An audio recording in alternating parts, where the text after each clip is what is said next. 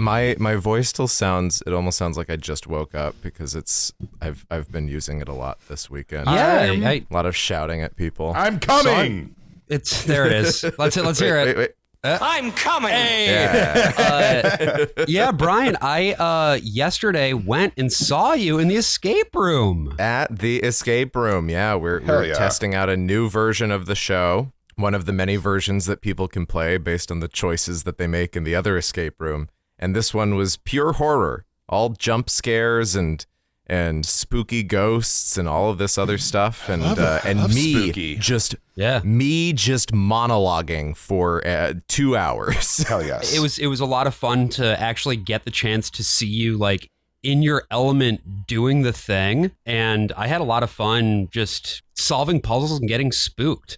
So this is your PSA to go to Madness 1917, in case you haven't. Over at Doors of Divergence. More like Doors of Neurodivergence. That's true, Josh. So many possible worlds, but we got this one. So many possible worlds, but we got this one. Welcome to the worst of all possible worlds. We tried a couple of intros already, and we haven't come up with anything, so we're just starting the fucking show. Fuck it! I'm the worst of all possible Brians. I'm the worst of all possible Joshes. AJ is currently indisposed. He went to a rival escape room in New York, and he has been there for at least 72 hours, and I believe this is just kidnapping at this point. You want to play a game? So sitting in our third chair instead, we have the inimitable Greg Foster of the Brigham Young Money podcast. You may remember him from our episode on Saturday's Warrior. And yeah, welcome. I'm coming. There we go. Welcome back, Greg. Good morning. Sunday morning. Greg, you inflicted a lot of psychic damage on us a few months ago by having us watch Saturday's Warriors, so we figured we ought to return the favor in kind. This week, our case study in the pop culture of this horrible fucking dying empire is the one, the only 2014 classic, God's Not Dead. I wish he was. Starring Kevan Sorbo. Yes. In really a remarkable performance, which we will talk all about. You will hear so many words pronounced in ways you couldn't have imagined before. How does Kevin Sorbo have the Jim Rome goatee in 2014? How is that still a look that is presentable? My theory is that Kevin Sorbo watched a lot of episodes of House and said, okay, I'm just going to do what Hugh Laurie did in House. That's a really good theory. Yeah, but I get it. Like me. He's Kevin Sorbo and he can't do that. Greg, I guess I'm just to get started, like, you know, you have watched some Christian or Christian adjacent films over the course of the years. How your first thoughts, what did you know about God's Not Dead as a film? And how did this experience stack up to what you were expecting? As everyone does, I have a terrible addiction to my phone, and I tend to scroll through movies or when I'm watching shows or something. Mm-hmm. I put my phone down and put it away so I could have my full attention on this movie because it was so bad and I was so appalled. Like, there's almost like an irony to it that it's such dog shit that, like, it's actually kind of enjoyable. Like, it's really, it's just it's a slow moving racist train wreck. Yeah, were you expecting the racism when you came into this? No, but that first scene really, I mean, it was just like a chef's kiss. You know, I know we're going to get into it, but that first scene where the her is in her job and her dad is driving her to school while like fixing her hijab so it makes sure to like perfectly cover her face was just, I just imagine like Ben Shapiro watching that and just be like, if I knew how to come, I would be doing it right now. You know, we don't oftentimes just do the shit, like just the absolute horrible slop that is straight out of the asshole of the evangelical poisoned brain. That's what it is. It's straight up slop. Yeah. The very lowest tier of Christians. These people are like, if what we tend to explore is like the Christians who are up at like Undead Berg. The Christians who made this are Blighttown Christians. These are the people who go to Donald Trump rallies and cheer when when they get made fun of. Yes. Remember like when he was doing the whole like toilet thing? And he was like, you gotta flush 10, 12, 15 times. Not me, you. Right. They're, And they're like, yes, those people. My dumps are so horrible. They cannot flush. I clog 6 toilets a day. It's those people. It's the people who like misinterpret the Bible at every family dinner where it's nothing but fried mayonnaise balls. It's remarkable the way that it just insults your intelligence at every turn. And we'll talk about different examples of this. Before we get into actually recapping the movie itself, though, I think we just ought to take a moment to talk about a man known as David A.R. White. So people may have seen David A.R. White in another place, right? There is a very old meme. Hey, Scotty. Jesus, man. That's David A.R. White. Does the AR stand for assault rifle? No, it stands for Armalite rifle. So that was in a movie called Second Glance that he made in the 90s. He actually did have some bit of a career in Hollywood outside of shitty Christian movies. He was in a sitcom called Evening Shade, which no one remembers, but it starred Burt Reynolds in the early 90s. That sounds like a feminine hygiene product. Yeah, this sounds awful. It sounds like it sounds like a ripoff of like Red Shoe Diaries.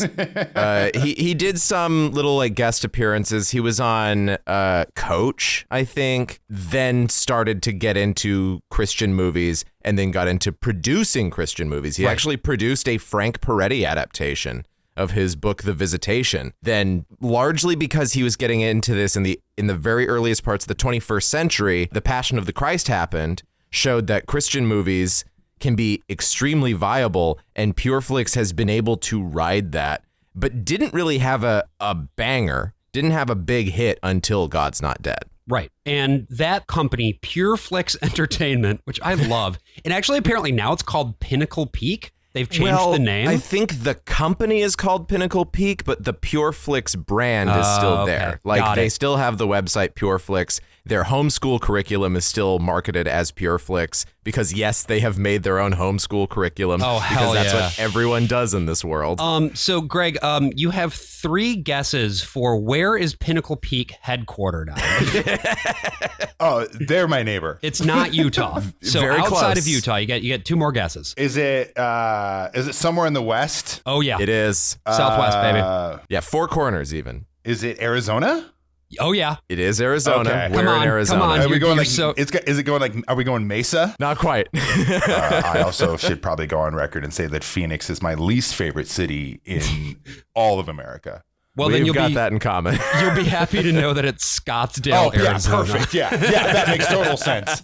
You mean Provo Southwest? Yeah, exactly. Yes. Yeah. So yeah, David A.R. White is Perfect. not actually a minister, but oftentimes will play pastors and stuff like that in movies. Yeah, it's like a wish fulfillment thing. Holiday Inn Express ass minister. This movie, God's Not Dead, was 2 things for him. First of all, it was the opportunity to produce a full-length, feature film that would launch the brand Pure Flix, and it was an opportunity for him to showcase his own acting skills as sort of the core protagonist who links all these stories together. God's Not Dead was able to capitalize off of the Kendrick brothers, who were the guys who made Facing the Giants, Fireproof, which was their big, Kirk Cameron's jacking it to porno, let's make a lot of money this year movie, Flywheel. He's just like me for real. And that one, that movie was successful enough. It actually got distributed by like Goldwyn Films. That was not Pure Flix itself, but Pure Flix was able to sort of ride that wave. They were able to take all that money and put it into something that was built for virality in the same way that Fireproof was. Right? It was not just a name. It was a slogan. It was a hashtag. It was a thing to text all of your friends. And of course, we will get to that once we get to the end of this movie. Yeah. And one of the things that we often talk about on this show is how within the evangelical Christian world, as well as the Mormon world, there is a completely parallel media landscape. 100%. So Pure Flix is only ever going to be making movies that is marketed directly to that demo. They have no interest in trying to have any sort of crossover appeal to people who are outside of the evangelical bubble. And we pretty quickly see this at the beginning of this movie, because from the word go, everything that you're seeing is aggressive signaling to the desired audience, right? We've got a guy. It's this young man. He's walking casually across his college. By the way, it's very clearly LSU. Just wanted to point that out. It is the campus of Louisiana State University. Godless Louisianans. But not in the world of this movie. But yeah, he's wearing a Newsboys t-shirt, the Christian band Newsboys. We've got like this really horrible music playing underneath this montage. There's basically a bunch of B-roll shots, right? Yeah. Well, and you're seeing the introduction to all 12 of the plots of this movie. Yes. That was the thing that like really fucked with me. Like I knew it was going to be slop coming in, but again, me with my ADHD scrolling brain, there were like 12 different tangential plots that still don't really make a whole lot of sense going on in this movie. Like that made it genuinely confusing as I was watching. Yeah. Granted, I'm like room temperature IQ guy, but Jesus Christ, like that's a movie that should be made for me. Yeah, it's kind of like a Love Actually thing, right? Yes, too much. A million plots going on, and you could just like cut it down to the main one, but then you'd have a 45-minute long movie. Right. That would still feel way too long. But here we have our protagonist, Josh Wheaton. He's the one who was wearing that Newsboys t-shirt and walking across the campus. He is played by an actor named Shane Harper, who has actually been pretty successful in the years since. He was on like Power. He's on some other show that's like not a Christian show. He also is the one singing that horrible song at the beginning of the movie. Really? That is a Shane Harper song that includes... That's an original. Just a fantastic lyric to me that just says, "The demons will harm you and try to steal what you know." I hate it when that happens. What is it? I hate it when demons are coming in my house and trying to suck all of my knowledge out of me. Just the name Josh Wheaton is really fucking with me. Like that sounds like some sort of like Midwestern, like shamed congressperson who spent like his entire career just like passing the worst anti-trans legislation only for them to find like kiddie porn on his computer. Yeah. Well, and it just makes me think of Joss Whedon. Yes, every that time. too. And it's like, oh, it's this guy's gonna grow up to become the showrunner of Biffy, the vampire slower. Like, I mean, either way, it's a sex pest, right? Yeah, Like, absolutely, 100%. Sex pest congressman. Yeah, 100%. So we see Josh Wheaton. He's going to sign up for his first ever classes. He's never gone to school before. We have the Muslim burqa girl who's wearing a hijab that's also a niqab at the same time, and it's just a scarf. Yes. Like, you can just buy a niqab on the internet. They got it from Urban Outfitters. Yeah. They're 100%. You have to cover the whole face with the scarf. That's what they do over there. It's wild. There's a couple other people who we see as well. There's a Chinese guy riding a bicycle. Yeah, and he's being followed by like the organ harvesters from the CCP. And then there's another woman who is realizing that she's overslept. She's looking at her alarm clock and it's like, oh no, I'm late for my thing. I wonder if she's a big old slut. Probably. So what will connect all these people? Well, we'll just have to wait to find out. God works in mysterious ways. Oh, yeah. Because even with this montage, we have not introduced all of the plots. There are still like 3 more plots that are going to show up in the next 10 minutes. But ultimately, what this does at the beginning, I love talking about economy of storytelling. And the economy here is that we're going to have a bunch of guys. We're in hyperinflation of the economy here. Thanks, Biden. Josh Wheaton is here at not Louisiana State University to register for classes. Like, I assume this has to be like the stereotypical like liberal arts, like coastal elite college. Correct? I think so. Yeah, I think that's what they were trying to portray. Like, if there is any sort of subtlety in this movie, it is that. And so this is what registration looks like at this liberal college. Philosophy 150, Radisson 11, Monday, Wednesday, and Friday. Got the music from Hitman playing underneath. You might want to think about a different instructor. Gus? Let's just say you're wandering into the snake pit. I recommend Patel, or maybe Mueller. Come on, man, it can't be that bad. I think Roman Coliseum. Oh boy, this guy cannot talk. People cheering for your death. Yeah, but I'd have to rearrange my whole schedule. I don't think I can really. It's your funeral. Last drop date is the 22nd. You might want to keep that in mind. You can tell this movie is written by guys who are 1,000 years old because class registration happens at a bunch of tables on the lawn with paper. This is not how any college student registers for a class anymore. No. You maybe see an advisor and then they put it into a computer for your very first semester, and then you just do everything else from your computer. It hasn't been this way in 20 years. Yeah, I was going to say, I went to college 20 years ago, and I registered online every time. Right. The internet has been a thing for a few years now, folks. Josh needs to think about a different prof because this guy... Oh, he's like the Roman Colosseum. You know this guy's a Christian, though, because when everybody who tries to go as a freshman in college, like the number one thing is to try to get laid. And this guy is doing the exact opposite of that by like wearing a newsboy shirt. Yeah. How can I get less laid? Yeah. Well, he doesn't. What no he doesn't pussy need does to a motherfucker. He doesn't need to get laid because he already has a girlfriend. I don't think she exists. I don't think she's real. You don't think she's real? No, I don't think she's real. We'll get to that, but Okay. I think she might be a ghost. Okay, so she is a figment of his imagination. Yeah. That's our introduction to Josh. Josh is going to go to college and he's going to be in this class with this horrible atheist professor. By the way, Martin, the Chinese guy who was riding the bike before, he also shows up at the registration, and he's a guy who exists. Just keep him in the back of your head for now. Yeah. So the next thing then is we jump over to that lady from before, the lady who was oversleeping in her car, trying to get to wherever it is she needs to go. And she calls her boyfriend on the telephone. You're on with Mark. Hey, I need you to give me directions. You're kidding, right? Nope, somebody stole my GPS and my phone has decided that it is spinning propeller time. Can't do it. The Nikkei just opened and there's a massive sell-off going on. Oh, I'm a businessman. I'm doing business. For us Friday at La Rive Gauche. Wait, you'll take me to La Rive Gauche, but you won't take the time to give me directions? What's in it for me? You're kidding, right? You're serious? Okay, well, I'm on my way to an ambush interview of Duck Commander Willie Robertson. I am going to crash that party and hold his feet to the fire. And yesterday, discrete web hits were over 32,000, which means I am on pace for over 1 million views this month. My God. And my own my God. advertisers. That's my girl.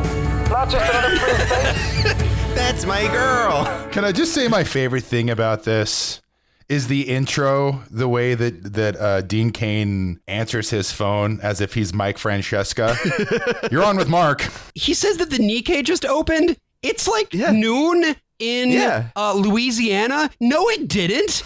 It's like 1 a.m. in Japan. What are you talking about? They start early over there. Here's Dean Cain. This is a guy who gets puss. She's fucking this guy. She's a big old slut. Right. And now she's going to go do some gotcha journalism to Willie Duck Dynasty. Yes. Which immediately for the audience that this is for, paints her as the worst fucking cunt alive. Right. The She fact is that she fake would news. go after she's yeah. gonna go after Willie Duckman is just horrifying and evil. Because this is we'll see this is a recurring thing throughout this movie, that every single non-Christian character is just hopelessly avaricious and spiteful and just, The worst people on earth. exactly. Yeah. I see Dean Cain. I was like, who I have not seen since I was a child. Well, clearly you're not watching enough Christian movies. No, I'm not. Because And he's in all of them. I understand that, and I'm happy for him to have carved such a great niche. Right around this time is when I put the phone away, and I was Okay. like, yes, I am John Travolta in Pulp Fiction with my baggie of heroin. Just in case we didn't have enough people to keep track of, there's another lady who shows up. She's like a brunette, kind of thin.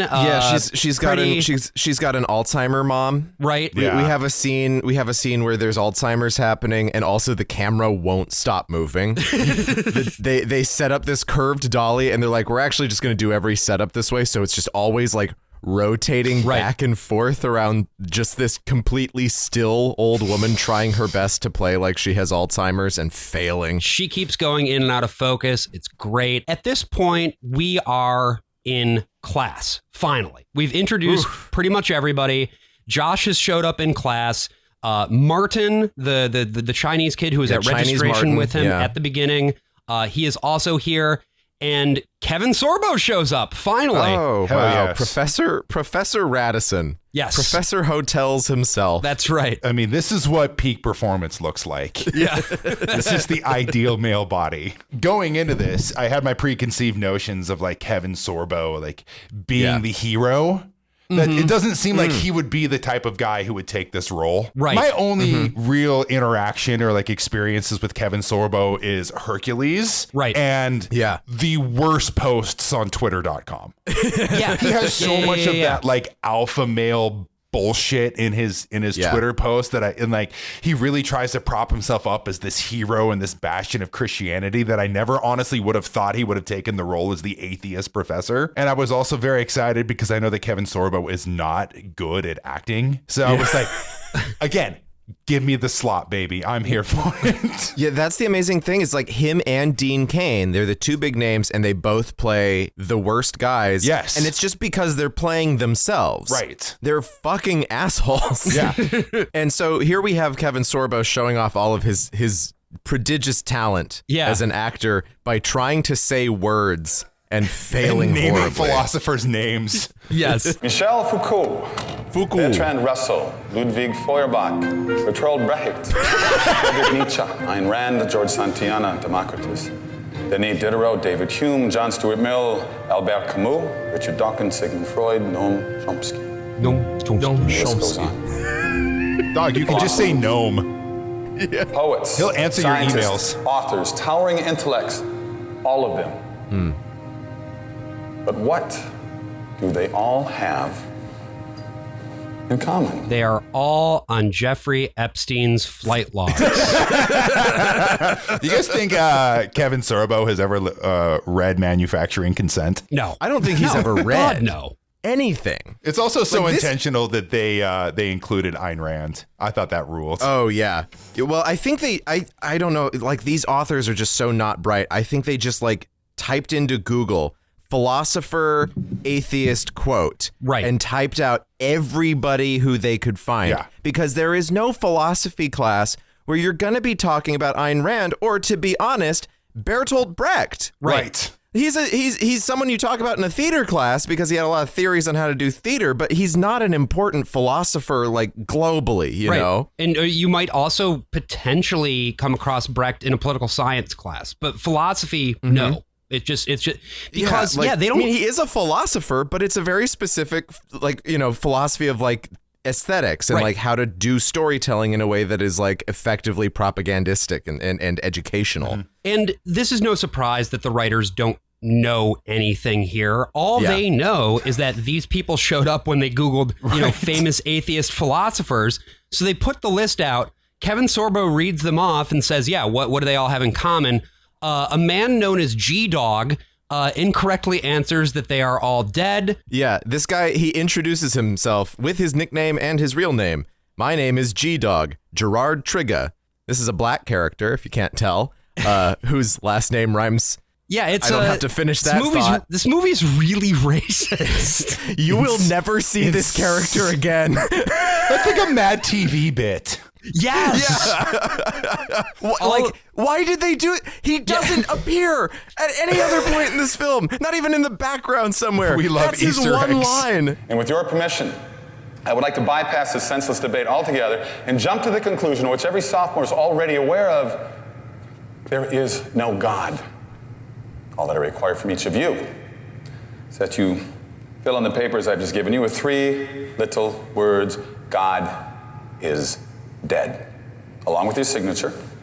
Assuming we reach a unanimous consensus, which I expect we will, I will be spared the tedious duty of slogging through dry and dusty arguments, and you will bypass the section of the course in which students have traditionally received their lowest grades of the semester.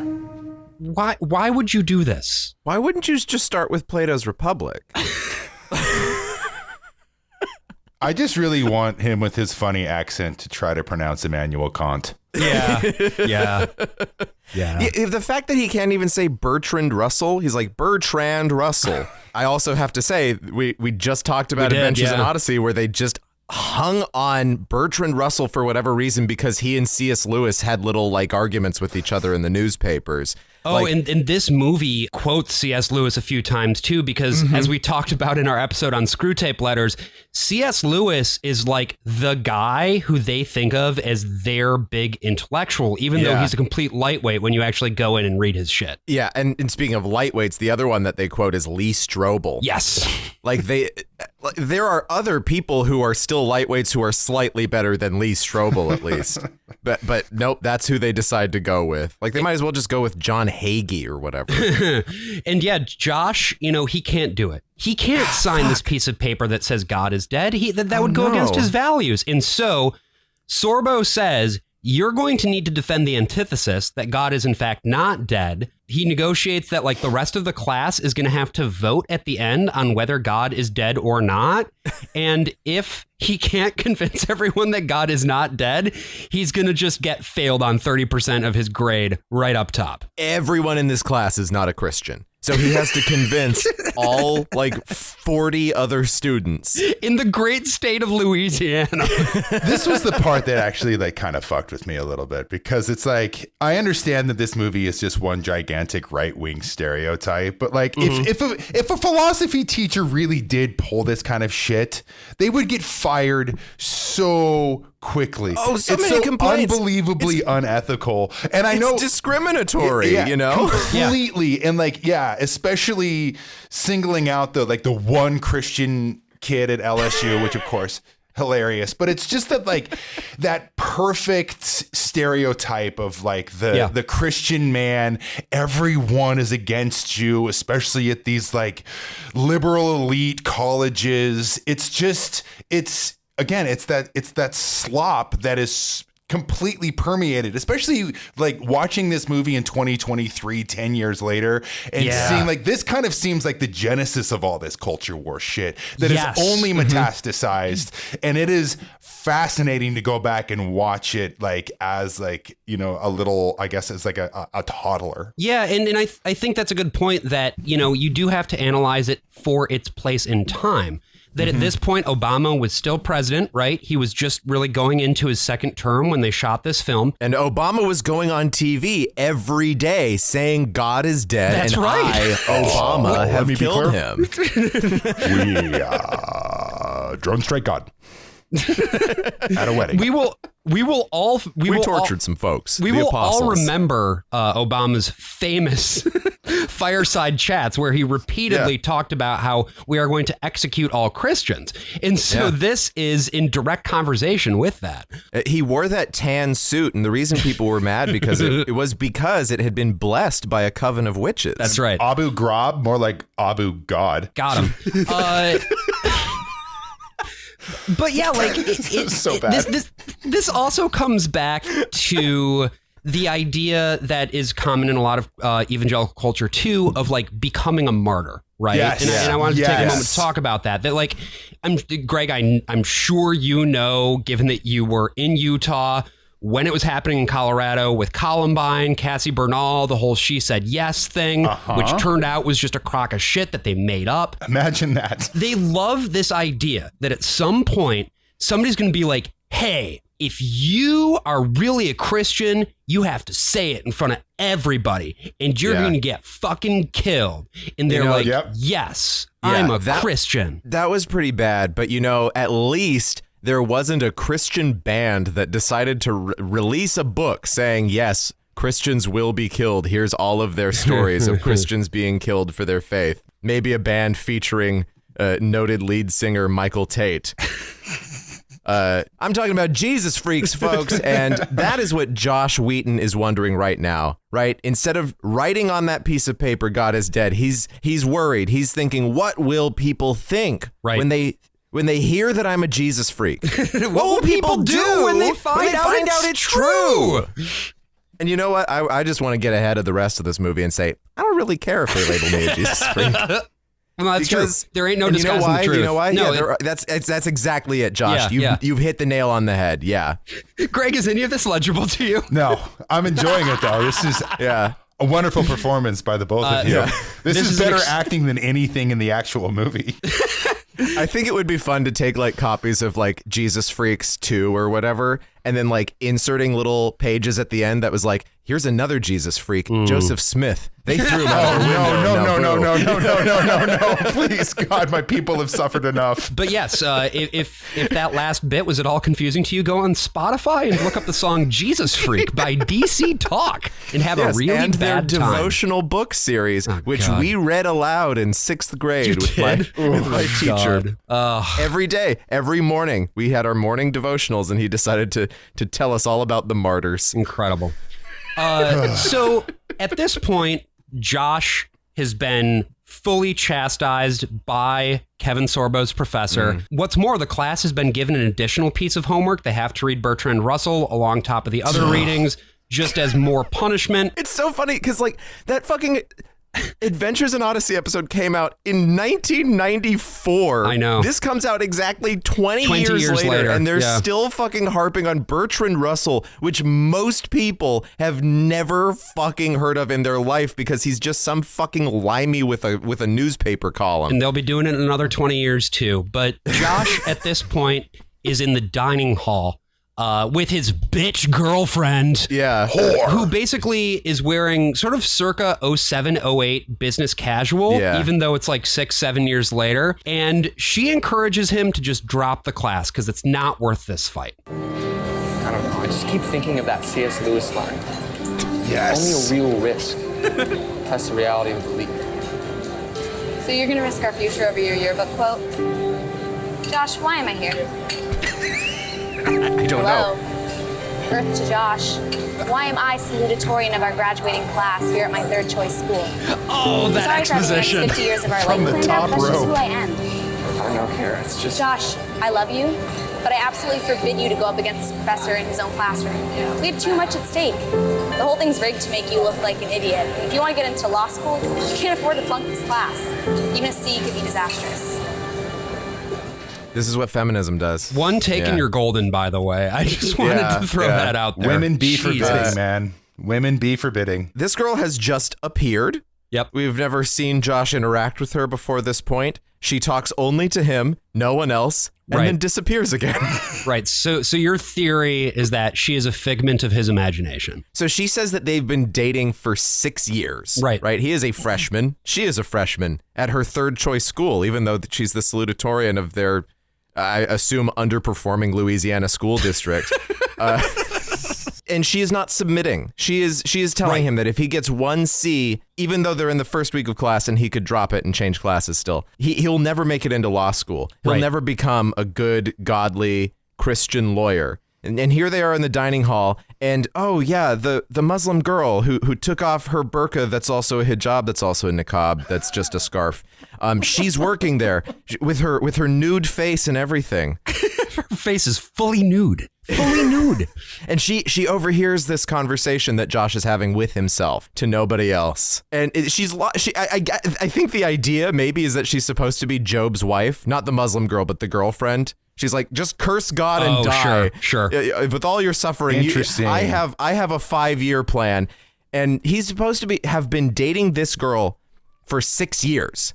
They've been dating since they were 12 years old. And they built the rope bridge to Terabithia, and she fell off the rope bridge. Rip I think to a real one. I think my favorite thing is that like famously, you cannot get into law school if you fail an intro to philosophy class. That's true. Yeah, No they really college look will at your take core you, credits, especially Right. especially at LSU. I'm kind of starting to buy in a little bit more into Brian's theory that she is just kind of a figment of her imagination, of his imagination, and there's nothing that conservatives love doing more than getting mad at fake scenarios. Right. Yeah. So right. this tracks. We're already so many scenarios in too. Like we're already in the Maureen Todd email forward where the atheist Jewish professor keeps dropping the chalk on the ground and says, if God's real, the chalk won't break. Right. And they've turned that into a movie, and they're like, well, we need to fill more space and just find more little like pastor sermons, little sermon stories that we haven't quite put in here. And we get another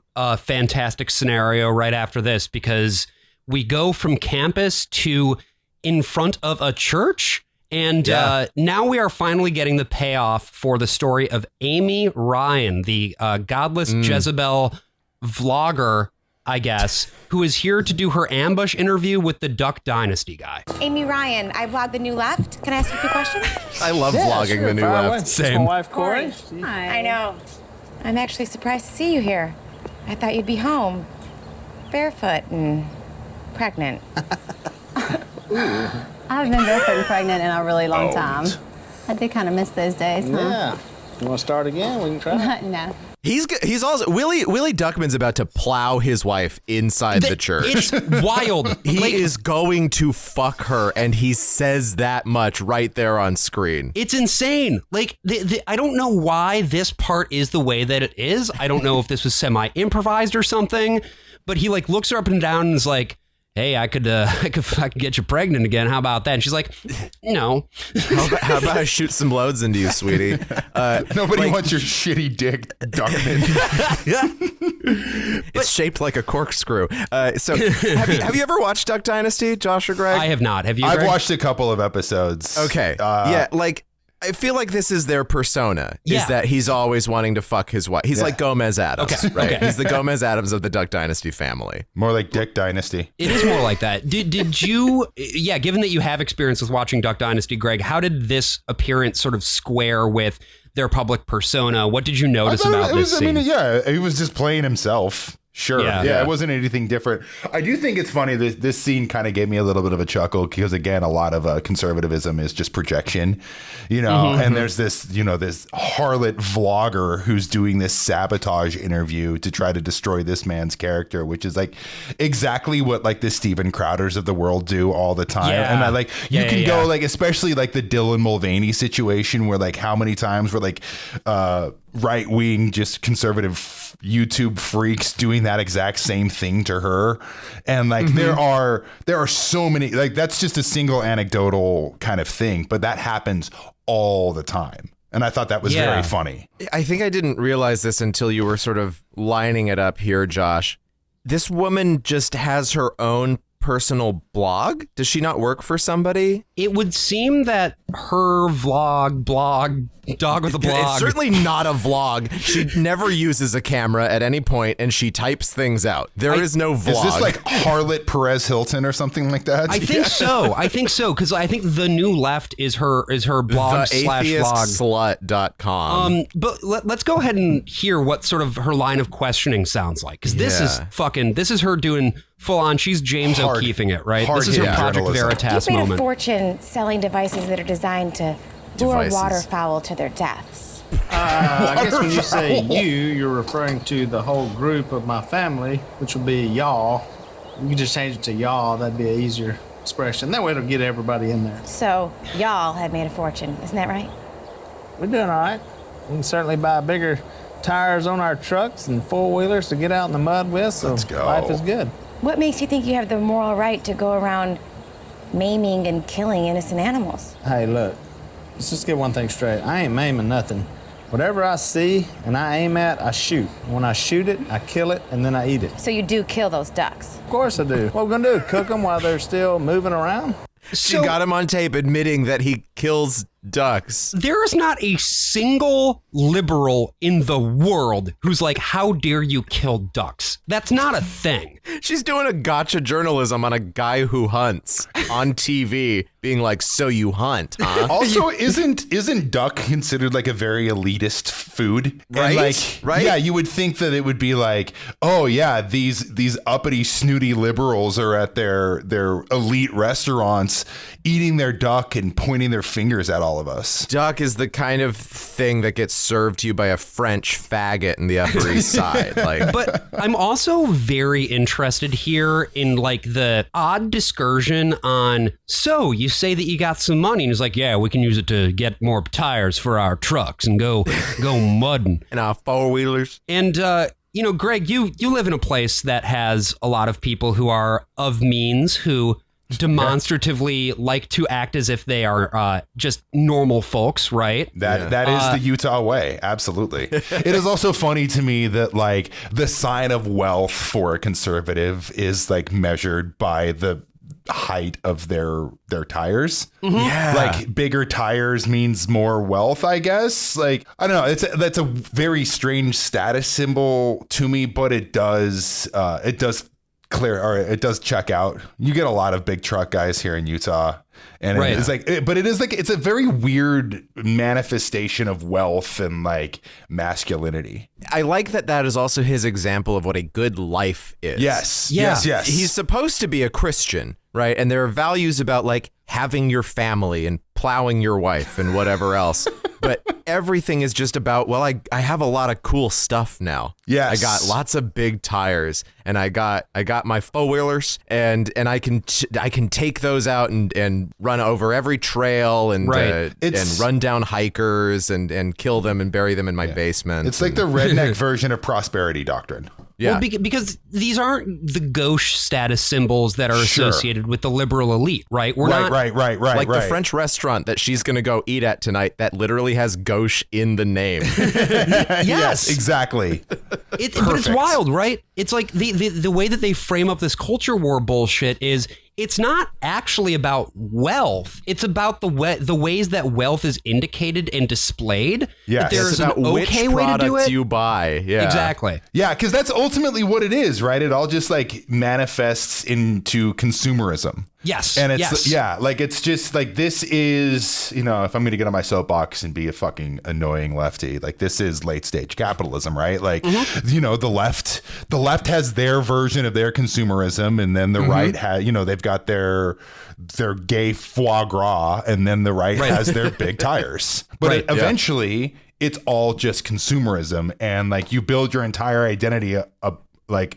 around what you buy. Right. And Duck Dynasty itself is a consumer brand. 100%, The whole reason yes. that this guy is fucking appearing in this movie is so that people, when they see the movie, are going to associate positive sentiment with the Duck Dynasty brand and go out and buy their shit. Yes. It's a persona. I mean, like this is one of the things that people used to talk about all the time was like, if you see pictures of them from the 90s, they don't have beards. Right. Like the beards and they're all like living in mansions, exactly the way that you would expect people with that much money to look. They're dressing in like white suits, clean shaven. They look like the righteous gemstones. Yes. Yeah. Yes.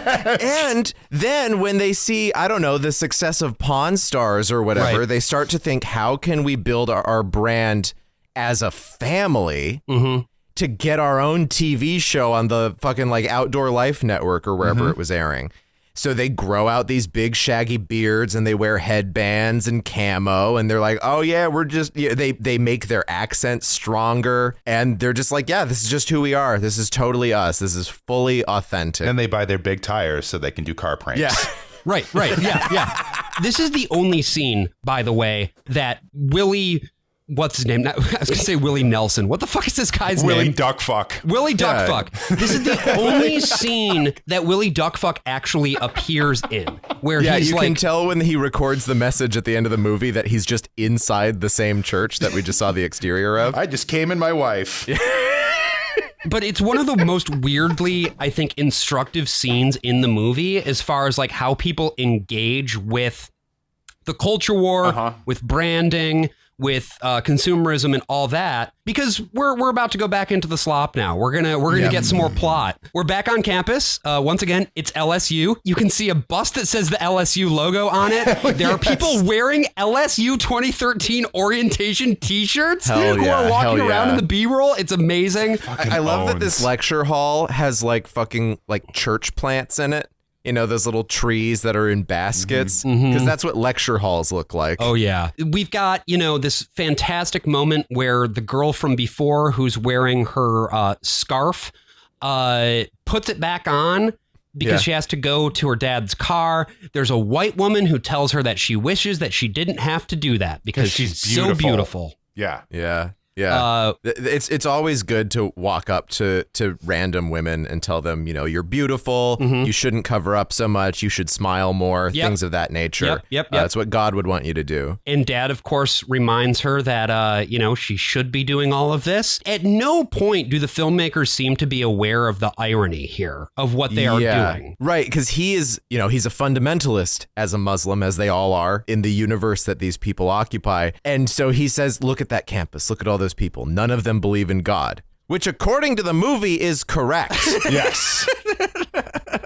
But he's scary and brown and has a crooked nose. Yep. So we know that he's supposed to be a bad guy. Yeah, it's your standard like 24 villain kind of performance. He looks That's what I wrote down. He looks like one of the first henchmen to die in like a Liam Neeson movie. And this story is about to get so much worse with him. Oh yeah.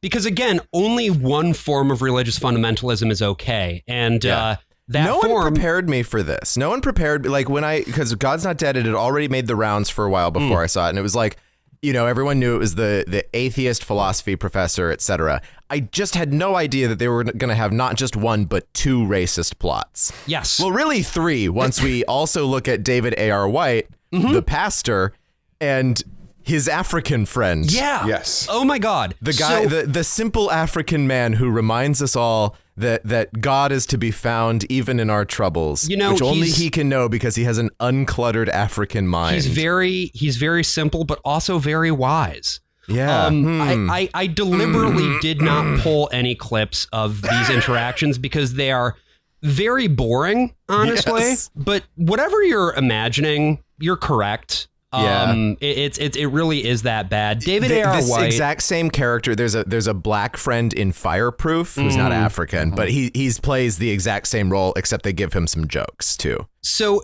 David A.R. White, the pastor, is the core guy of this franchise. He's still rocking the 1998 youth pastor haircut, even though he is 70 years old. And he is at his church, and Josh comes in, our protagonist. Yeah. And Josh gets a couple quotes to read. It can't be that simple.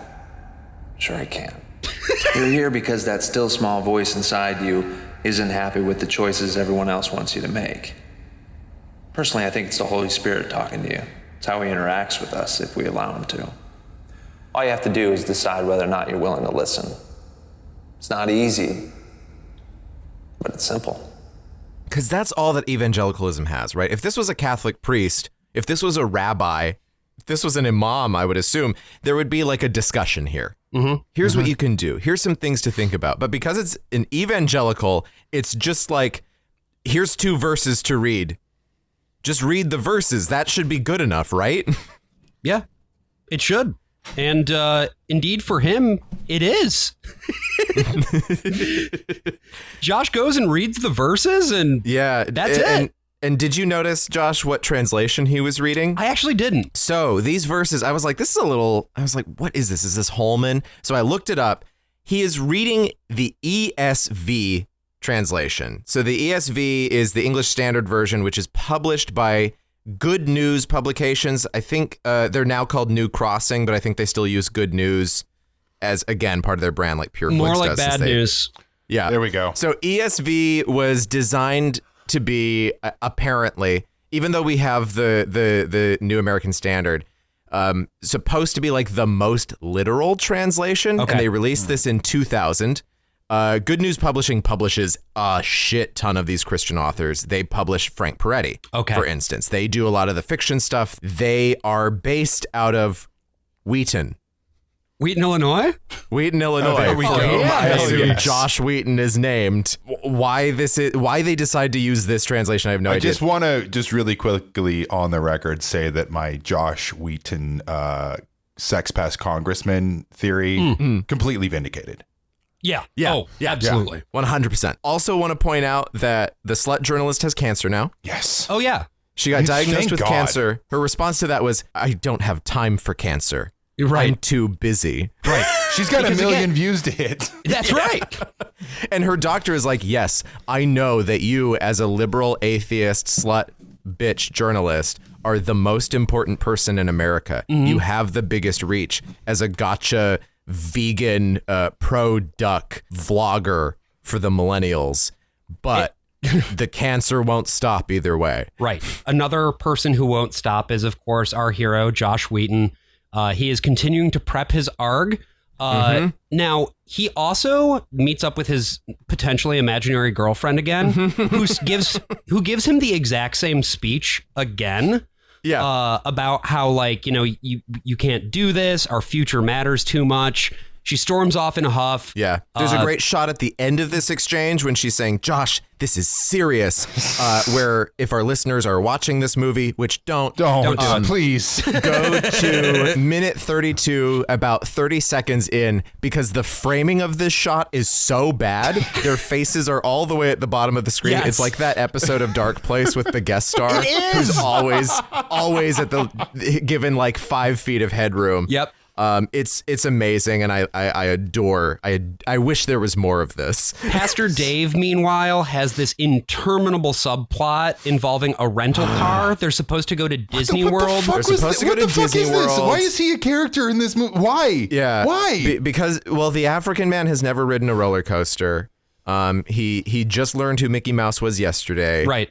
And he was like, yes, I want to go to this magical place because Christians aren't mad at Disneyland at this brief shining moment. They got over the gay benefits thing from 2003, and it hasn't gone woke yet. So they're not mad at it at this specific glimmer of time. Right. Yeah. Which is interesting, isn't it? That like, you watch this now and you're like, wait, no, they would not calibrate it in this way. They would not be going to 2023. They'd be going to, I don't know, Busch Gardens. Yeah, I don't know. I don't know. No, because Anheuser-Busch is woke too. Fuck. Yeah, I don't know what the based theme park is anymore, other than like the Ark experience. So this plot is basically his car won't start, so they rent a car. The rental car doesn't start, so they get another car that also doesn't start. Also, the car rental guy is in a production of Death of a Salesman, which is the one play these writers have ever heard of. There's this whole back and forth with the rental car guy where like David A.R. White is like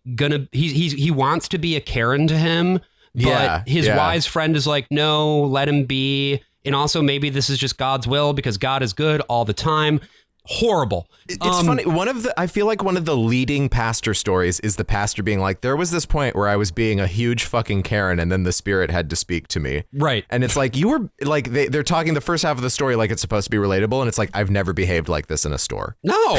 Like I didn't need the Spirit to tell me to stop shouting at like an 18-year-old who's just stocking clothes. We're not going to jump back into that rental plot. No, that's the whole plot. Yeah. It comes back a few more times throughout. Don't worry about it. It's the same beat each time, and each time the African guy has to say this little slogan, right? God is good all the time, and then they say it all together, and all the time, God is good. Horrible. Just horrible. Such dog shit. Josh steps up in class to give part 1 of his ARG, which is basically scientific descriptions of the origins of the universe resemble the Genesis 1 account, therefore God is real. But in his book, The God Delusion, Richard Dawkins says that if you tell me God created the universe, then I have the right to ask you who created God. Dawkins' question only makes sense in terms of a God who has been created. It doesn't make sense in terms of an uncreated God, which is the kind of God that Christians believe in. And even leaving God out of the equation, I then have a right to turn Mr. Dawkins' own question back around on him and ask, if the universe created you, then who created the universe? That's begging the question. Sure? That is textbook begging the question. You are assuming a supposition within the context of your ARG. You are saying... no, we've given Josh a logical fallacy. He smells blood.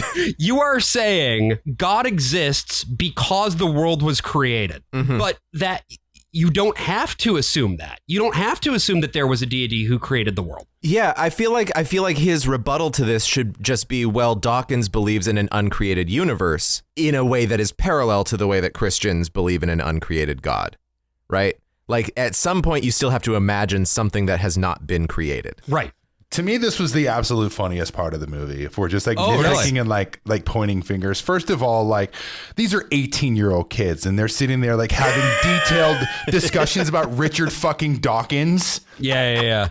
You like as a former 18-year-old who went to a shitty state college, like none of us knew who Richard Dawkins were. We were just trying to fuck. That's what you do in school. Come on. Like every single one of us were so horned up and cum brain that there was nothing else that really fucking mattered. Like we're not having discussions about Richard Dawkins. Second of all, if Josh Wheaton Sex Pest is like, you telling me that this guy who's this good of a debater and like has this kind of like mind palace is going to a third-rate state school? like, I want to know who this kid's parents are because they failed him. Mm-hmm. It makes no sense. You have this like prodigious religious debater who's at like some bullshit third-rate school. It's well, also, very funny. like why would a kid like this not go to like Hillsdale or something like that, right? Like that's clearly where he wants to be. Go to Liberty. That's actually an endorsement from Greg for everyone, even those listening to this podcast. Go to Liberty University. That's right. Yeah. You will get an educational experience unlike any other. Unrivaled in so many ways. But also to your point of like, college kids being horned up. One thing that this movie is clearly signaling through its costuming choices, to the extent that it can make them, is that his girlfriend is a slut. Yes. Like, she is wearing these relatively low-cut tops. She is really throwing herself at him, but he's chaste. Yes. Yeah. He is keeping the pussy out of mind because his thoughts are on higher things, namely the Lord. Yeah. The Lord's pussy. That's right. I mean, if we're going to Mormonism, the 13th article of faith is honest, true, chaste, benevolent, virtuous, of good report, or praiseworthy. Oh, I love it. Yeah. I love. So is he behaving in a way that is truly Mormon? There's some real Mormon parallels to his behavior. Yeah. He's got big time proto energy. This is obviously intended to be Josh Wheaton, the avatar of all things that are good and true, which is probably why they named him after a preeminent liberal arts Christian college. What about the sort of Mormon behavior do you see here, and how do those things fall in parallel with each other? I go back to what we talked about in our Saturday's Warrior episodes that like I'm coming. when you like Mormonism is not just a religion, it is an identity. It is who you are, and you are a manifestation of the church. You are a manifestation of God. Therefore, your behavior, the way that you act, dress, eat, every single thing is a representation and a manifestation of God. And it's your responsibility to hold up to those principles and those rules, basically. And so you are on the straight and narrow all the time. Anything else is sin or temptation. Literally every single thing you do, you consume, the air you breathe is that identity. And I see that character as having that same kind of Mormon energy, like the way that I was taught that like, this is how you conduct yourself at all times. And you are to repel evil. Including the wily temptations of his girlfriend, I think. 100%. Yeah. Well, and the filmmakers have snuggled up to the Mormons quite a bit. I know their little abortion movie that they released a couple years ago has Glenn Beck in it as himself. There's a very interesting sort of, it would be an uncomfortable relationship. They just try not to put too many words to it. Because again, I think we talked about this also in the Saturday's Warrior episode. Like growing up in the 90s, the Mormons were seen as like such a threat. Yeah. Like you like it was a dark place to go down if you pursued Mormonism, if you opened yourself to that. My dad warned me about the Book of Mormon. Like, you were never allowed to stay in a Marriott hotel. The other piece, along with, Josh repelling his girlfriend, who breaks up with him, by the way, for continuing to do this, is that Sorbo is growing increasingly aggro toward Josh about his approach. Do you think you're smarter than me, Wheaton? He assaults him in the hallway. He puts his hands on him. I never said I was smarter. That's the first intelligent thing you've said. I want to make this clear. In that classroom, there is a God, and yep, I'm him.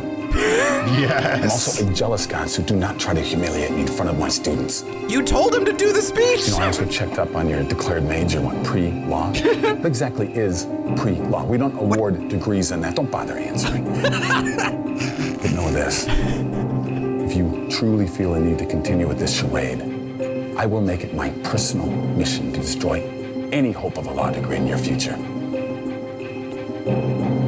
Have a nice day. He's right, though. Pre-law is fucking fake. Kevin Sorbo is based in this moment. If you want to pay down that debt, you have to go into big law, and then you become a husk of yourself within 2 years. But, we can talk about this in another episode. Maybe. When you could just go and do a 4 or 5 year program where you study theater and become a husk of yourself before you graduate. Yes. Or you could get a journalism degree. That did good things. You could be just like that slut who vlogs the Duck Brothers. I mean, I got the tits for it. Let's go. Greg's going to vlog the new left. Hassan, watch her back.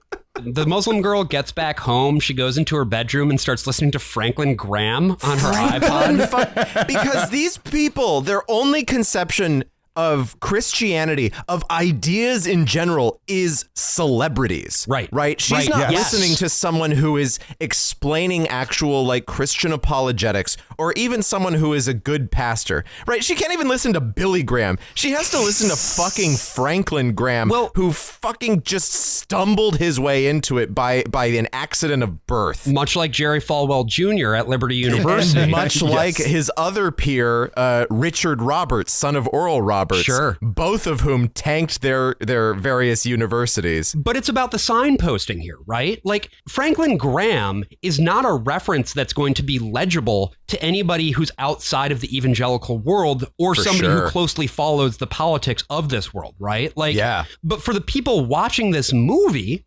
they're going to see Franklin Graham and they're going to see literally just the words Franklin Graham. They don't have to hear a word of what she's listening to in her iPod.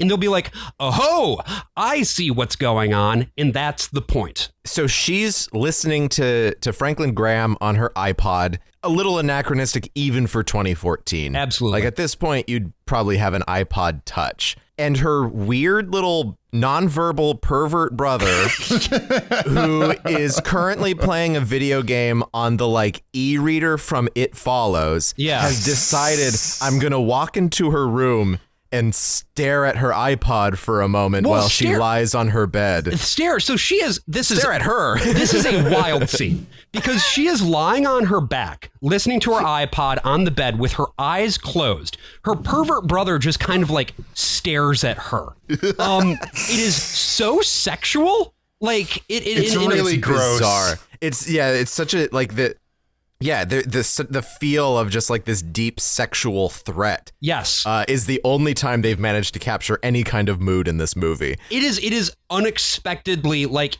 in a different movie. This would be a wild encapsulation of a certain type of illicit desire. But that's not what they were going for. It just happened unintentionally. Like, is the undertone here supposed to be that like Muslims are perverts? I don't think that's deliberate. I think they maybe had this kid and he was somehow a worse actor than even everyone else in the movie.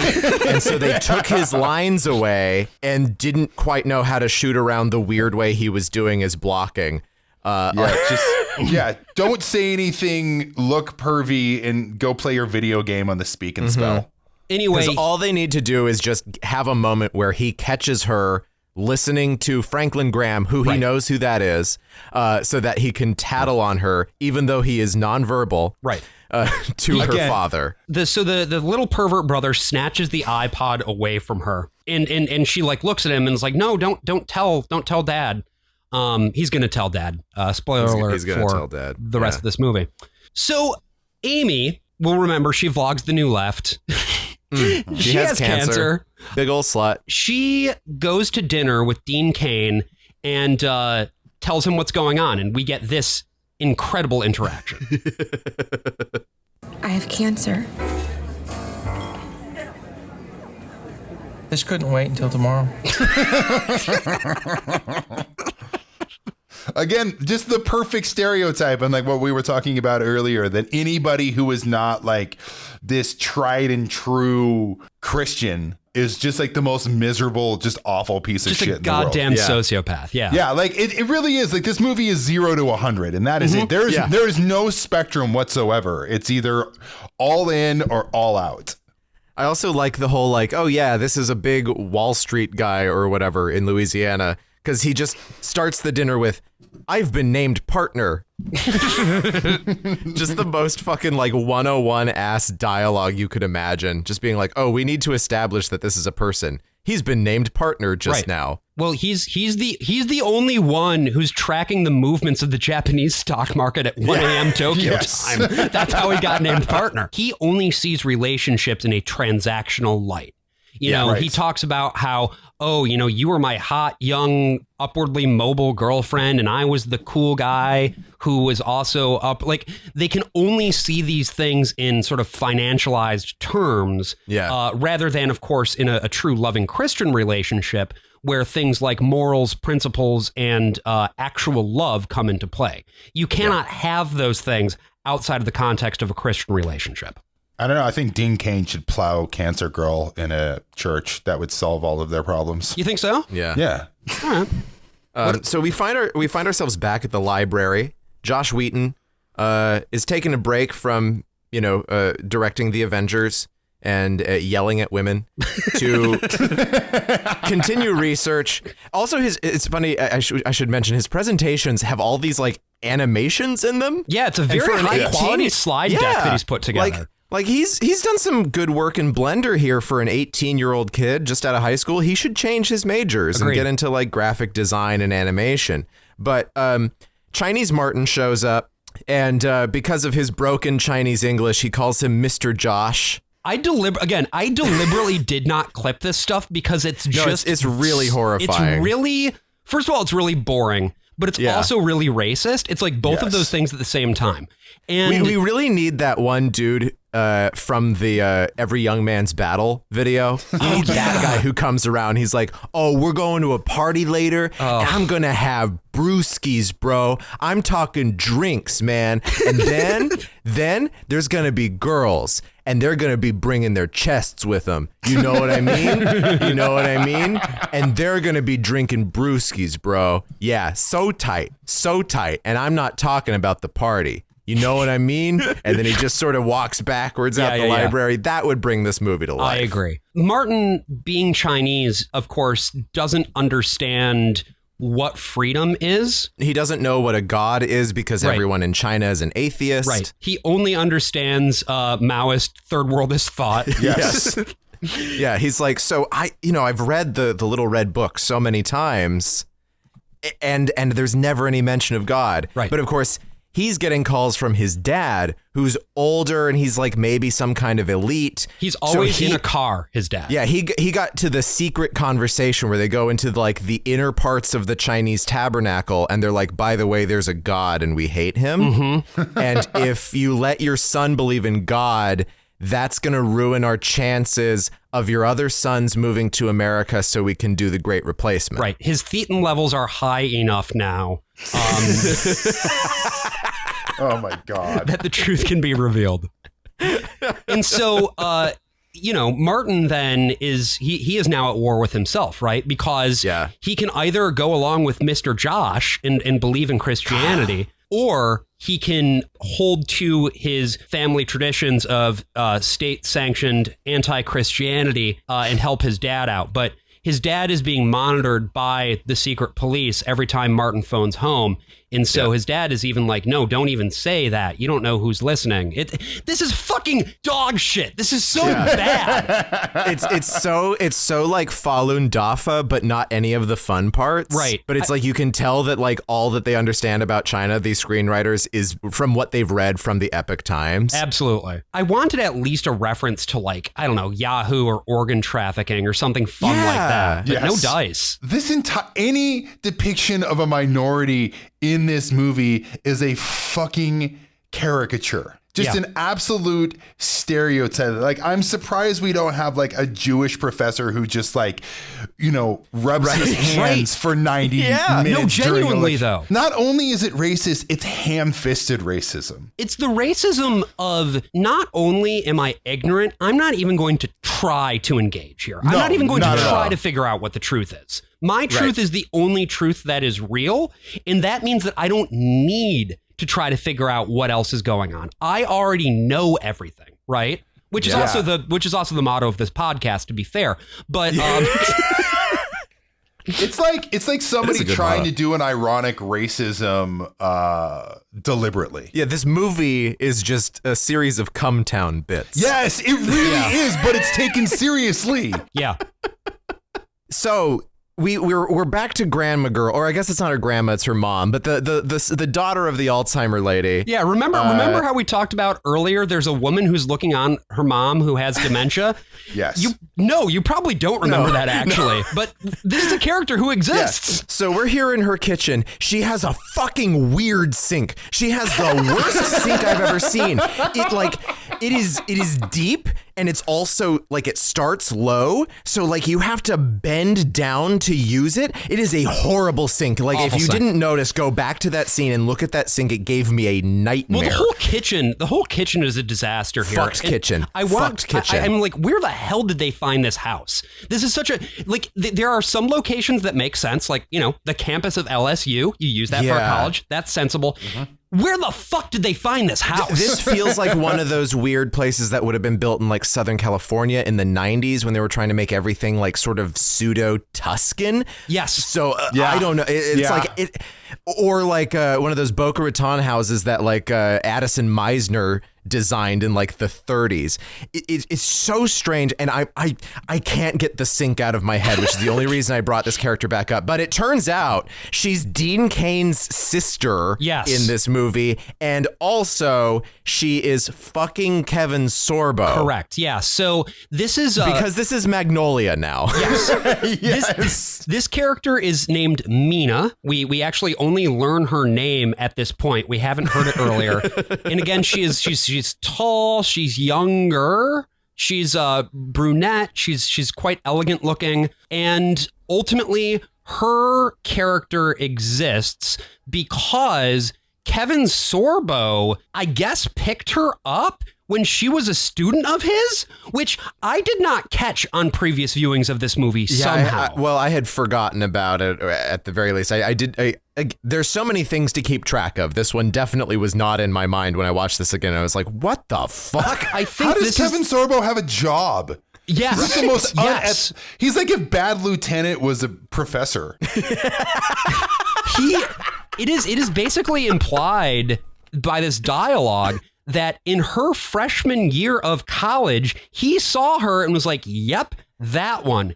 And by the point, and this is made explicit in the text, by the point of the midterms, they were already fucking. This is insane. Mm-hmm. What is this, a Christian college? Hey. You can enroll at Liberty University at liberty.edu. It's just like, I don't, what am I supposed to do with this information?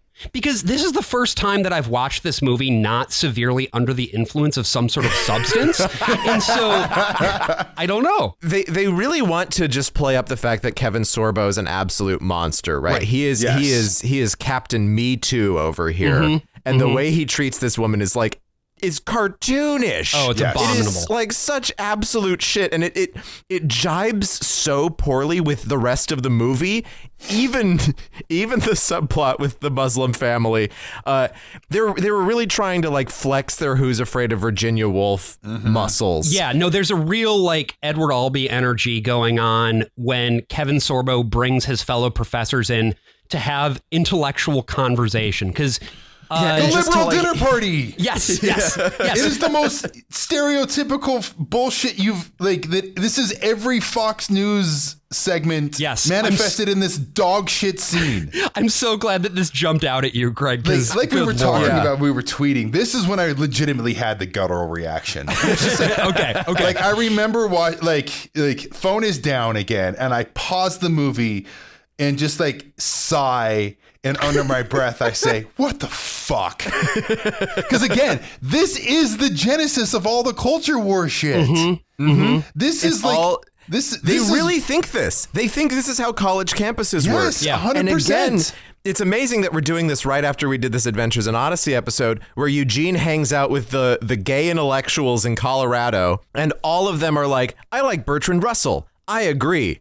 Next topic. Let's watch this Icelandic movie we watched last week. Right. That is what this liberal dinner party is. Also because they weren't going to pay other people to do SAG scale to say any lines, and they were probably getting extras for like $25 a day. Right. No one talks at these liberal parties. There's two people who actually have a line, and I did pull the clip here because at this point, the dinner party has been going on for a while. Mina, she had bought a bottle of wine, which was passed around for all of these effete liberal professors to drink. Cheers, everyone.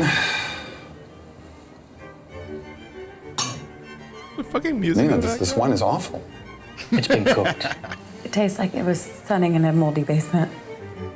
Talk about your grapes of wrath. Sensible chocolate. I bought it before I went shopping the other day. I locked it in the trunk. And when I got home, I forgot about it. Well, I think this dinner serves as a valuable lesson.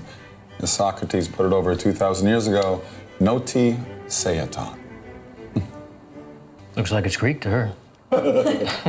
Oh, it's a know thyself, darling, know thyself, which I suggest means knowing your own limitations. By the way, I love to reprimand my significant other with Socrates. Same. Yeah. I love to be a colleague of this guy and just have him fucking dress down his girlfriend in front of everyone and be like, yeah, this is fine. Yeah. Just sit there and chuckle. I like to be in on the joke. I enjoy participating in spousal abuse. I love to talk to my significant other after she has come home with a bottle of wine and then has let me know that she accidentally left it in the car. And despite knowing this, still serve the wine that I knew was sitting in a hot car rather than just going out and getting another bottle of wine in time for the dinner because I want to do premeditated humiliation on my significant other in an Edward Albee-like fashion. Yeah, this woman is living out like the story of O here with liberal college professors. And this is not a big deal. There's no way this guy has just one bottle of wine in his house. Yeah, come on. His house is gorgeous. The wine is bad, fuck it. Yeah, like crack open another bottle, crack it over your knee, and pour it out. Like, it's not like she ruined the meal, which she was also cooking, because, you know, these atheists, they make women cook all their meals for them. Hold on. Kevin Sorbo in this movie is also a return guy. Yeah. But actually, Brian, you say that as a joke, but it's a good point. Like, they constantly try to have it both ways, right? Yes. Yeah. Where they'll be like, they'll talk about, they will point up gendered division of labor, right? Where it's like, he made his girlfriend go to the store and get the wine and cook the meal and all that, and that's bad. Yeah. But when we do it, it's good, actually. Well, and I think this movie is trying to play to a little line of, especially if you're playing to like the Duck Dynasty crowd, these are people who are a little bit more like, women are doing stuff. They're also, you know, going out and hunting and driving four-wheelers sometimes. They like to get their hands dirty. They like to shoot guns. So you don't want to alienate those women who are going to be a big part of your audience, but you also want to subtly show, if you give a woman too many inches, she's going to think she's a ruler, in the form of Josh Wheaton's horrible girlfriend. Right. And it's still not okay to be a slut. You maybe don't want to be too independent or be drinking alcohol. We're a little on the fence about that, right? Because this woman dating Sorbo is a backsliding Christian. You know, she is a Christian. She firmly believes in God, but she's the only Christian in this movie making some mistakes. But also, look at how bad it is in these other worlds. Look at how atheists actually treat their girlfriends. Or mistress. He calls her a mistress for some reason. And look at how, you know, the Muslim family treats its girls. Right. We're not that way. So we've met a wide array of characters at this point with a small army with many strange, conflicting, and confusing motivations. And in the second half, things are just going to get even more confusing. So look forward to seeing you. This episode of podcast and or radio is brought to you by me, Jerry Hapsburg, over at Jerry Hapsburg's Escape Room and Large-Scale Red Meat Processing Facility, located in sunny Maspeth, Queens. I left the Hapsburg family businesses about 13 years ago now, because I knew if I stayed in the South, we had made an enemy of the spiders and they would come for us. I knew that the only outcomes for a war against the spiders was that either we would escape the spiders by running far away, or we would become one with the spider hive mind. I ran far away to New York State because I heard that they were a leader in the asbestos industry. When I got to New York State, I found out that they were no longer leaders in the asbestos industry. And asbestos is largely frowned upon today. So I began to find other ways to make business. First as a petty theft, then as a fake cab driver who just painted a car yellow and ran people over and took their wallets. Eventually, I achieved the American dream, where I had enough money to buy a large-scale red meat processing facility in sunny Maspeth, Queens. But I realized that that wouldn't be enough, and I have decided now to capitalize on the burgeoning industry of immersive entertainments. The escape room is an exciting new phenomenon from the Orient that we have brought over here to New York City, and I have brought over here to sunny Maspeth, Queens, in my large-scale red meat processing facility. You see, we are running out of labor because no one wants to work anymore. But I found that if you sell this as an immersive experience, that works for some reason. Have you found that you are bad at puzzles, but you still want to have puzzle solving fun with your girlfriend or your family or your extended polycule who you really only see 2 or 3 times a year because all of you are just too busy? You see, we do not have a timer at Jerry Habsburg's escape room and large-scale red meat processing facility. If it takes you more than an hour, we do not throw you out. If it takes you more than an hour and a half, we do not throw you out. If it takes you more than 17 hours, or perhaps days or weeks, we will not throw you out and indeed not allow you to leave. How else would it be an escape room if we just let you leave? Instead, you get to split your time between puzzles by solving the greatest mystery of life: how to properly pack red meat at industrial scale. This solves your problems and mine. The average playtime between players is roughly 3 to 7 weeks. Turnaround is pretty good as far as that goes. Plus, you get to pay to be here, which means that I always profit. Now back to your podcast episode and or radio. Well, I guess we're back, aren't we? Yeah, we are. Aren't we? So we're debating once more. Is God dead? Is God dead? Because apparently Josh Wheaton has not actually completed his assignment. He has to keep coming back and debating this. Yeah, I think the rule was like he had to do it for 3 subsequent classes. Why are these students even coming into class? Like this guy who hates God, who knows that God is dead, who wants to insist upon this so that he does not cover this for a unit because he's bored by it, right, has instead decided to spend weeks letting this 18-year-old talk about young earth creationism in front of everybody. well, the students need to be there because they are the jury of his peers.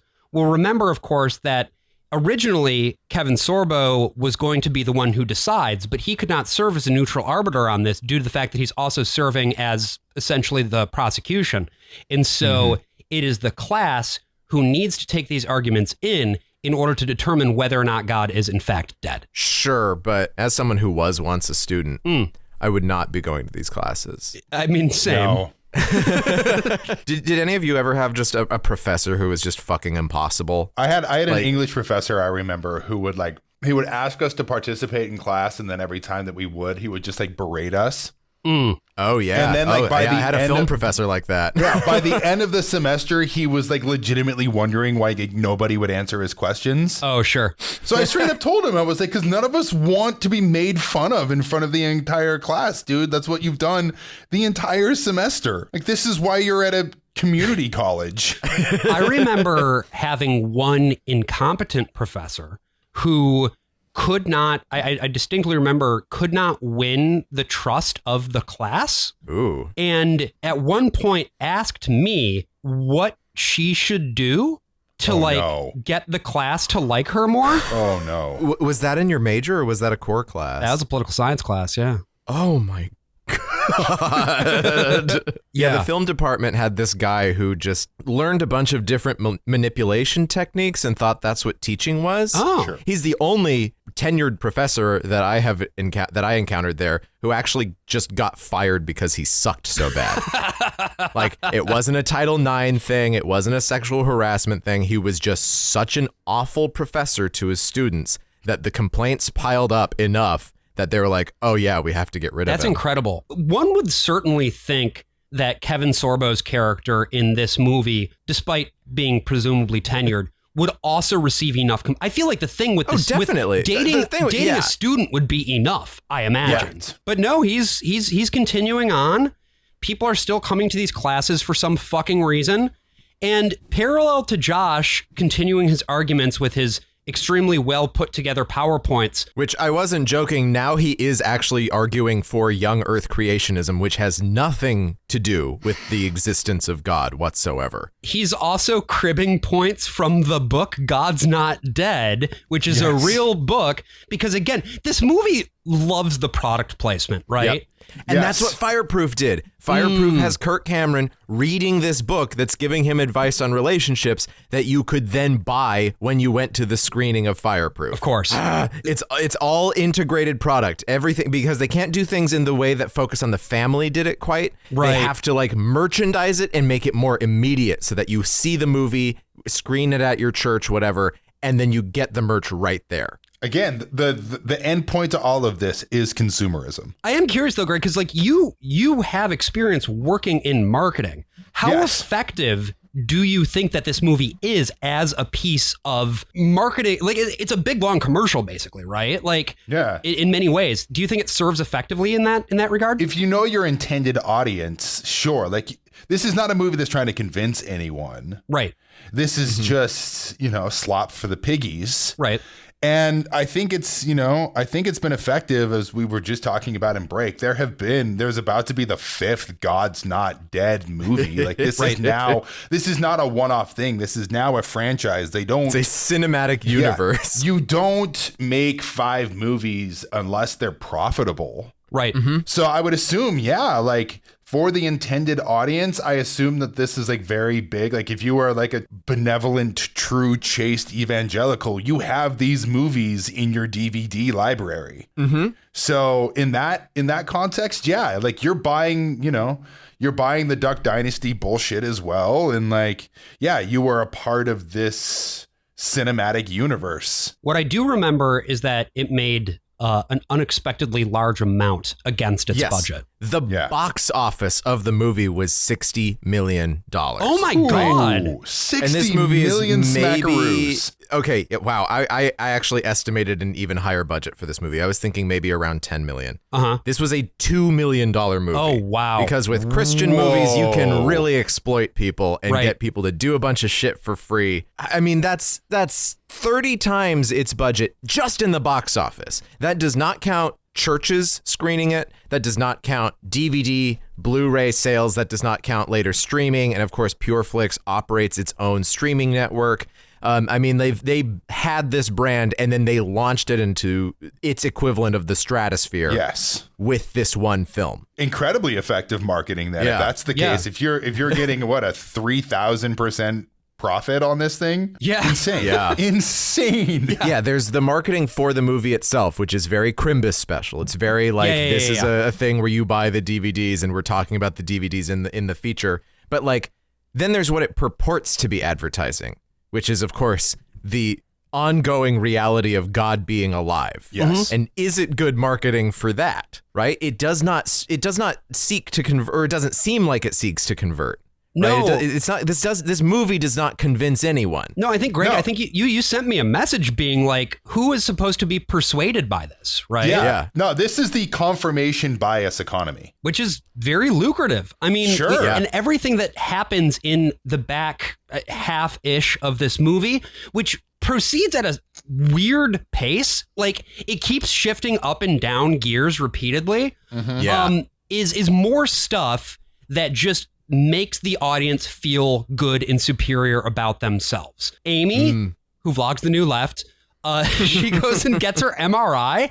There's a really weird moment in this scene where she takes her earrings off and the tech is like, do you have any other metal anywhere in your body? And she's like, no. What is that? Are they being like, do you have why do they have this dialogue? They treat it almost like it's this really humiliating thing that she's been asked. Are they are they implying that she has her clit pierced or something like that? The metal butt plug. What is this? She vlogged in Iraq and got some shrapnel, guys. Yeah. No, it's very strange. Why would you even have this dialogue in the movie? I also like that she goes to Woman's Hospital. That is the name of the facility. It is the hospital for the one woman, and she's today's woman. She's every woman. This singular hospital. Named for its founder, Jedediah Woman. The Whitney Houston Center for, I don't know, women who be having cancer. They do be having cancer. And I feel like too, she's not going to Cancer's Hospital. She's going to Women's Hospital, which means that she has a woman kind of cancer. Which means she has a slut cancer. She has cancer from being too slutty. Like I said, Josh's arg in this next scene is directly cribbed from the book God's Not Dead. They even show him reading the book God's Not Dead, just as a helpful piece of product placement there. Josh's counter, by the way, to the previous argument that was framed up is no you, basically, that my logic isn't the circular one, your logic is the circular one. Because Sorbo like owned him earlier on by being like, oh, but you forgot Stephen Hawking. Yeah, leading light in the academic philosophical circles, Stephen Hawking. It's like all these people are public intellectuals. There are people who write pop science books, and it's not like Stephen Hawking isn't anyone. Dawkins kind of isn't, but like they're not necessarily outside of Hawking sometimes and Chomsky a little bit more. These are not important intellectuals. These are not people like moving the field. It's a twofold thing, right? Number one is it's the people that they've heard of and or Googled. Yeah. But number two is that the only appeal that the writers understand is an appeal to authority, which is, of course, is fallacious. But they are basically, again, applying their own logic to what they imagine sort of their opposition might argue, because of the fact that all they have is an appeal to authority, right? Their appeal is to the ultimate authority, our Lord and Savior, Jesus Christ. And so they similarly think that if somebody is going to be countering their arg, that it's also going to be coming from a place of what they consider to be the highest authority, which is just the most credentialed or most well-known academics. Like Wheaton goes so far off of the idea of like, does God exist versus doesn't he? Because then he starts getting into like young Earth stuff, because Lee Strobel made this weird point about evolution that is just a misunderstanding of like how we collect evidence of like biological specimens, which mostly, because they're biological, they decay and get buried under shit. Fundamental misunderstandings of these things that just serve as a Gish gallop. And Dwayne Gish, of course, the inventor of that technique, or the one for whom it was named, was himself a young Earth creationist.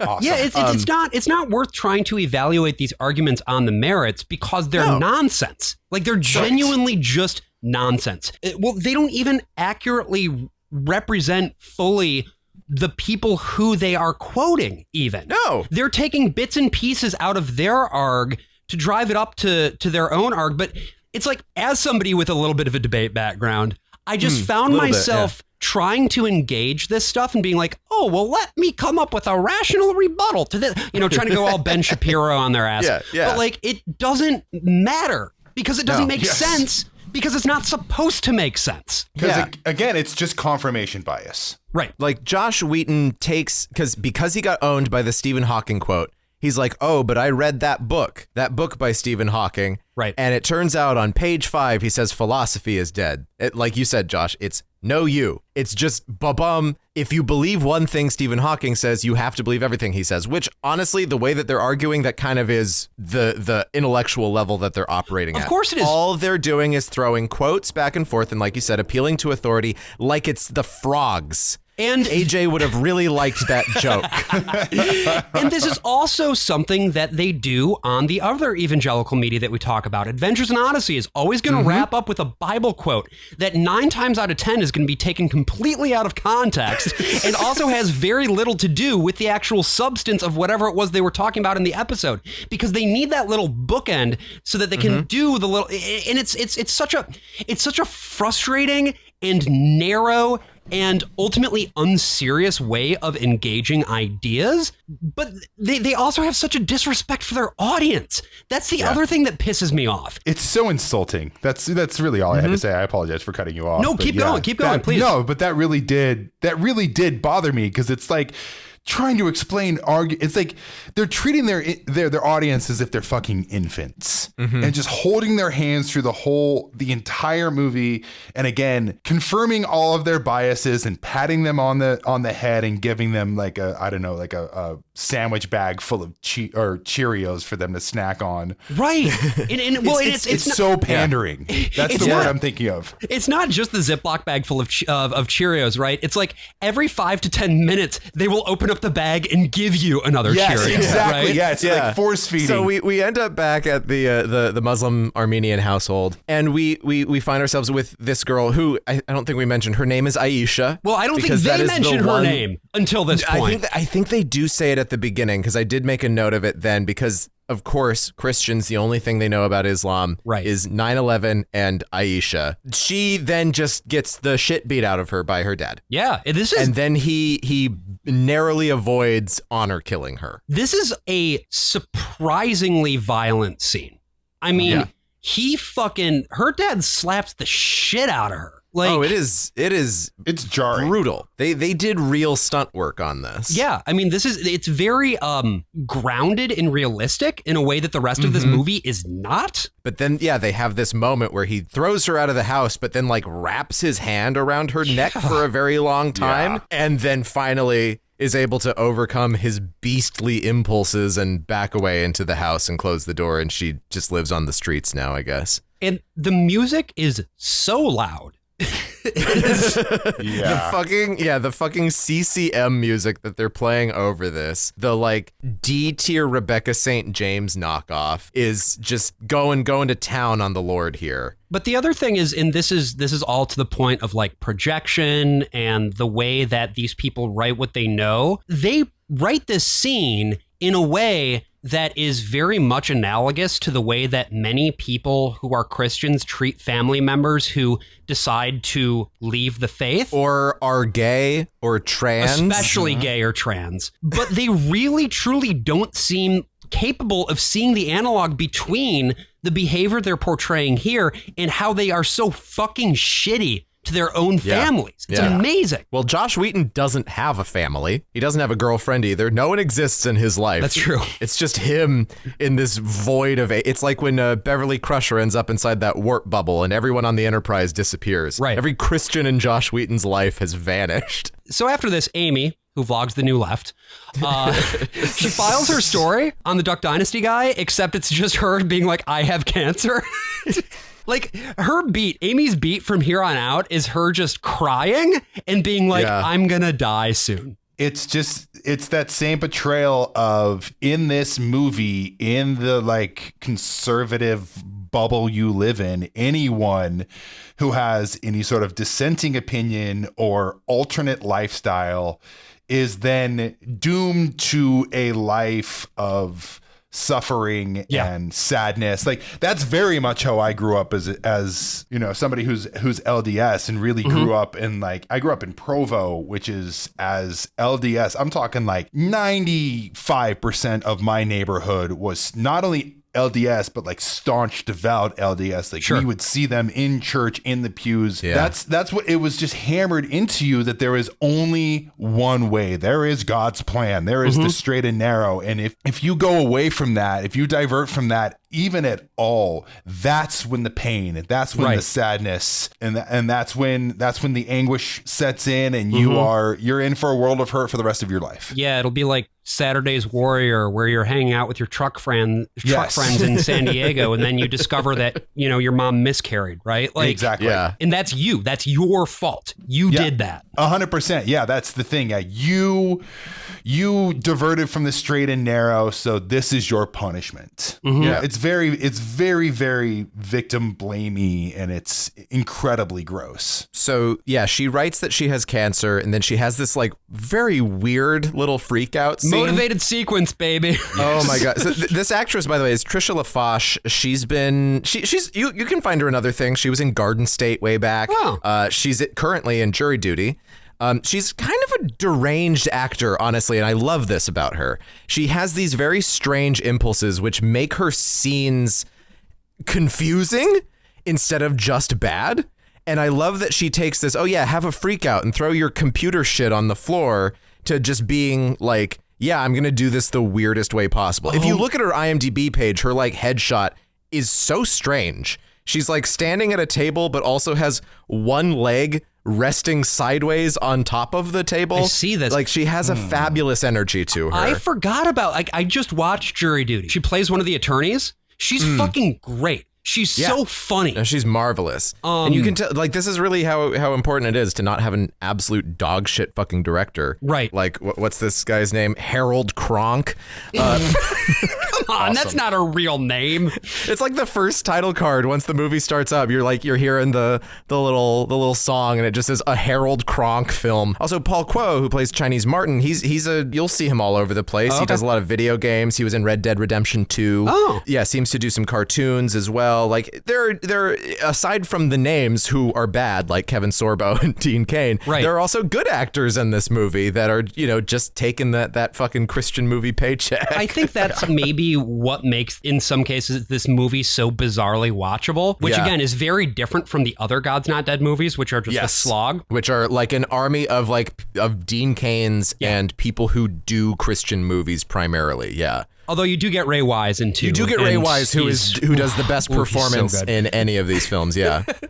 Amy, in this sequence where she's melting down, it's like, this is great. I wish more of the movie was like this, because it's so fucking over the top and melodramatic. And I was like, give me more, please. Yeah. Sadly, we don't get more. Instead, what we get is Mina, Kevin Sorbo's student/girlfriend. She comes to the school. She dumps Kevin Sorbo's ass for the dinner scene betrayal. The Muslim girl, Aisha, comes to the church. She talks to Pastor Dave. This is also the payoff for why the rental car wasn't working this entire time, was that God was going to make it so that he could talk to the girl.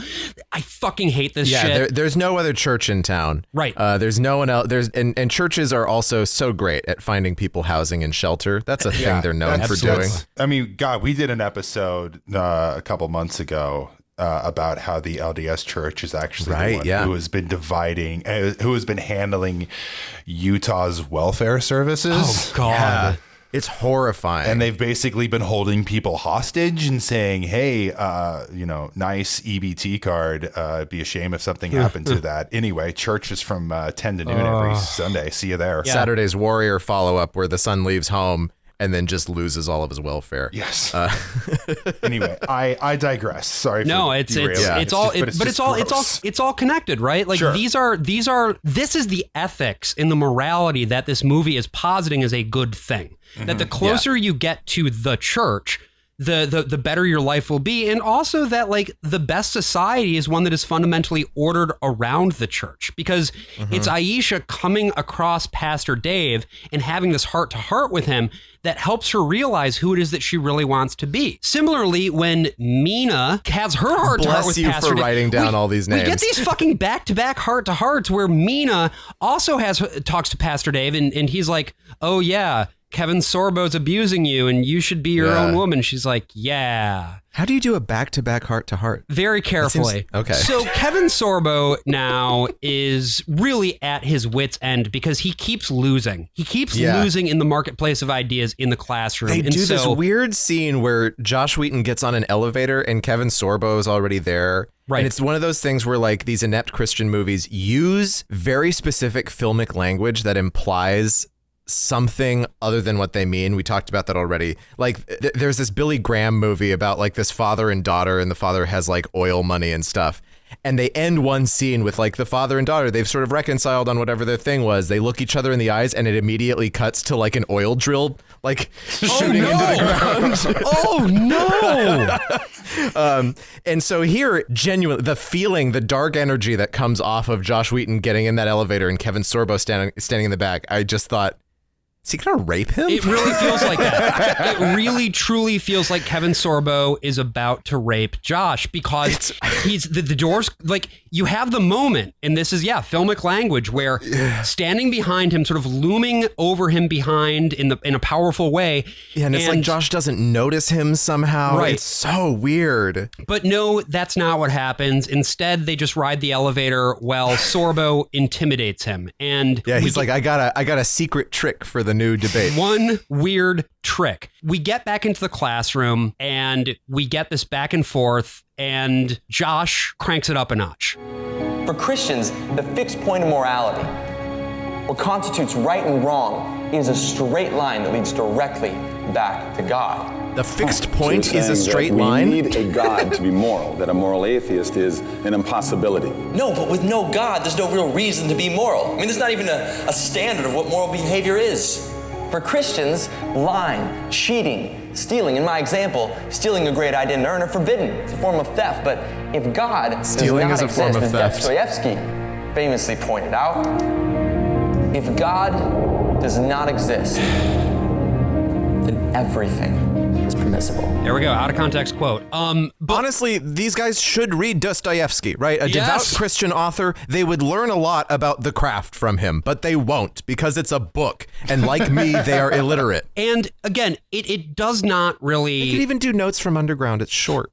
There's no value in actually trying to unpack this arc. It's facile on its face. You know, code of law, you can look at the history of codes of law and, you know, how they have developed over the years. You can look at all the different religious traditions and how different religions do or do not bear to the legal codes of the... Like, again, why am I saying this? This is fucking stupid. This is inane. This is dog shit. I hate it. I will say, though, I do think this does give kind of an interesting peek into like the conservative religious brain, though. And granted, this is anecdotal, but this was really my upbringing. And like something that I assume you guys went through as well, but I went through heavily with my family when I left the Mormon church was, well, how are you going to have any sort of moral compass? How can you be a good person? And I do genuinely believe that a lot of Christians have that idea that the only way to be a good person, I say that in quotations, is by being Christian and by living those values. And if somehow you remove the Christianity, you remove the religion, you also remove the morality. Like the two things are 100% mutually exclusive. Yeah, no, I mean, that was in many ways what I was told growing up was that, you know, we derive our morals, our values from the Bible. Because as we all know, you know, the Bible is a completely objective document where there's only one way to interpret it. Yeah, there's sort of this weird state where, like, even though it flies in the face of other assumptions you have regarding like other religions and things like that, is that you start to develop this sort of background idea that like people as they are born and as they grow up in this world are inherently godless. Yeah. And so they have to find God, and the only God is the Christian one. And so all you have to do is just introduce the concept, right? And then people be like, oh, I never thought of it like that before, right? You just have to show your little proof that God exists because evolution doesn't real. Right. And they will be like, oh, that's it. I found God. But then it also holds this weird idea, like we see in this movie, that all atheists are people who did in fact believe in God and are now mad at him. Oh, yeah. And here that is. When a 12-year-old watches his mother dying of cancer, it's only natural to beg God for her life. And he'll promise anything to his make-believe grandfather in the sky, including to love and worship him forever, if only he will spare her. Sometimes the answer is no. Tell that to me the day you lose someone you love. She died believing a lie. She died believing that someone out there loved her even while he was strangling her to death. God who would allow that is not worth believing in. So his mom died. Yeah, and it's also really nice that they got the composers from Deus Ex Human Revolution to compose a song for this scene. I said, this is very Inception. Yeah. Like, Inception had just come out and they're like, oh yeah, let's do the little, yeah. This concept that like people stop becoming religious because they have faced a single tragedy, one, I think doesn't speak well to the religion on the whole, right? Mm-hmm. It's supposed to be there it just doesn't make sense that like faith itself can just inherently be so weak. But it is also, again, not observed. It is not something that you would draw from a real interaction with a real person who has lost their faith, right? Why does this happen in a sociological context where like countries like Sweden or Japan have just moved away from most supernatural belief in general, or from theistic belief? It's not because everyone's mom died, and it completely demolishes what the movie itself is trying to do, which is try to argue against atheism, because now it just becomes about arguing against this guy's hurt feelings. Right. That's the thing. This is the part of the movie where I went from like, oh, give me my slop, I'm having so much fun, this is terrible, to like, no, I'm actually like, I started getting upset about this, and I started getting mad because it's so fucking insulting. Because the entire premise of this movie is we are going to debate the existence of God. And then the climax of this movie becomes just exposing one man's trauma and then extrapolating that out to all atheists and people who don't believe in theism.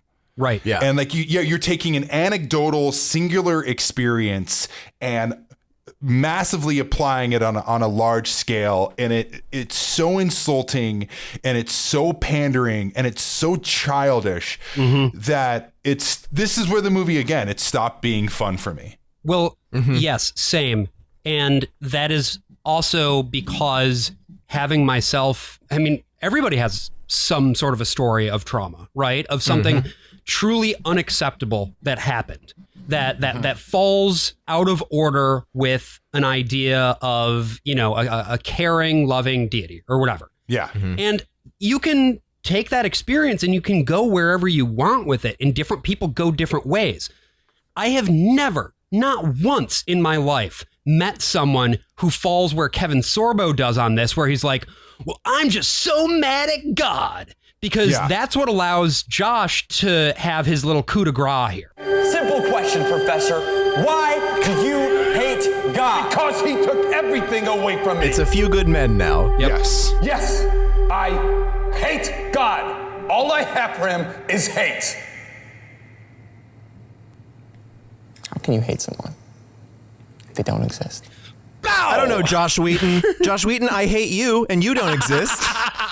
You fucking little bitch. Meet me outside. I don't want to like get super personal here or anything, or like really unpack all my shit. But I imagine that anybody who is also listening to this, who has had some sort of real personal struggle crisis that has led to them questioning their priors, has a much more complicated relationship with that than this fucking bullshit. And I think it is insulting. I think it is infuriating, and I agree with you completely, Greg. Like, it's infantilizing is what it is. It's like, it's just, you're treating your audience like a bunch of babies. Instead of just like handing them one Cheerio, this is the climax, you just hand the kid the entire bag of Cheerios. You stuff the bag down their fucking throat is what you exactly. do. Yeah. And it's like one of those things that Adventures in Odyssey does slightly better in the form of Eugene Meltzner. They have this character, he has lived through tragedy, but that is not what really informs his beliefs. He's just a very rational person who was raised by rational people and needs to find in the world of that story, needs to find a rational way to God, right? And that's why Lee Strobel exists. And what this is just saying, oh, there's no one who actually doesn't believe in God. Yes. Right. The atheists just want to hurt God by making less people believe in him. That's just weird. Like, when you line it up, it's like, this doesn't make any fucking sense. Right. I guess the logical conclusion to this argument is like, if you don't believe in God, well, then something bad happened to you and you're just bitter. And something bad is going to happen to you as well. Like, again, that once you are a bad person, bad shit's just going to keep happening because you're reaping what you sowed. Dean Cain now goes to talk to the Alzheimer's lady. Oh, yeah, I forgot about this scene. And he's like, you have Alzheimer's and I hate you because I'm not a Christian. And then he drives away. Yeah. Although worth noting, by the way, I did want to play the clip of what happens after Josh delivers his coup de grace and the class responds, because it is... God is not dead. That's Martin. God's not dead. God's not dead. God's not dead. God's not dead. God's not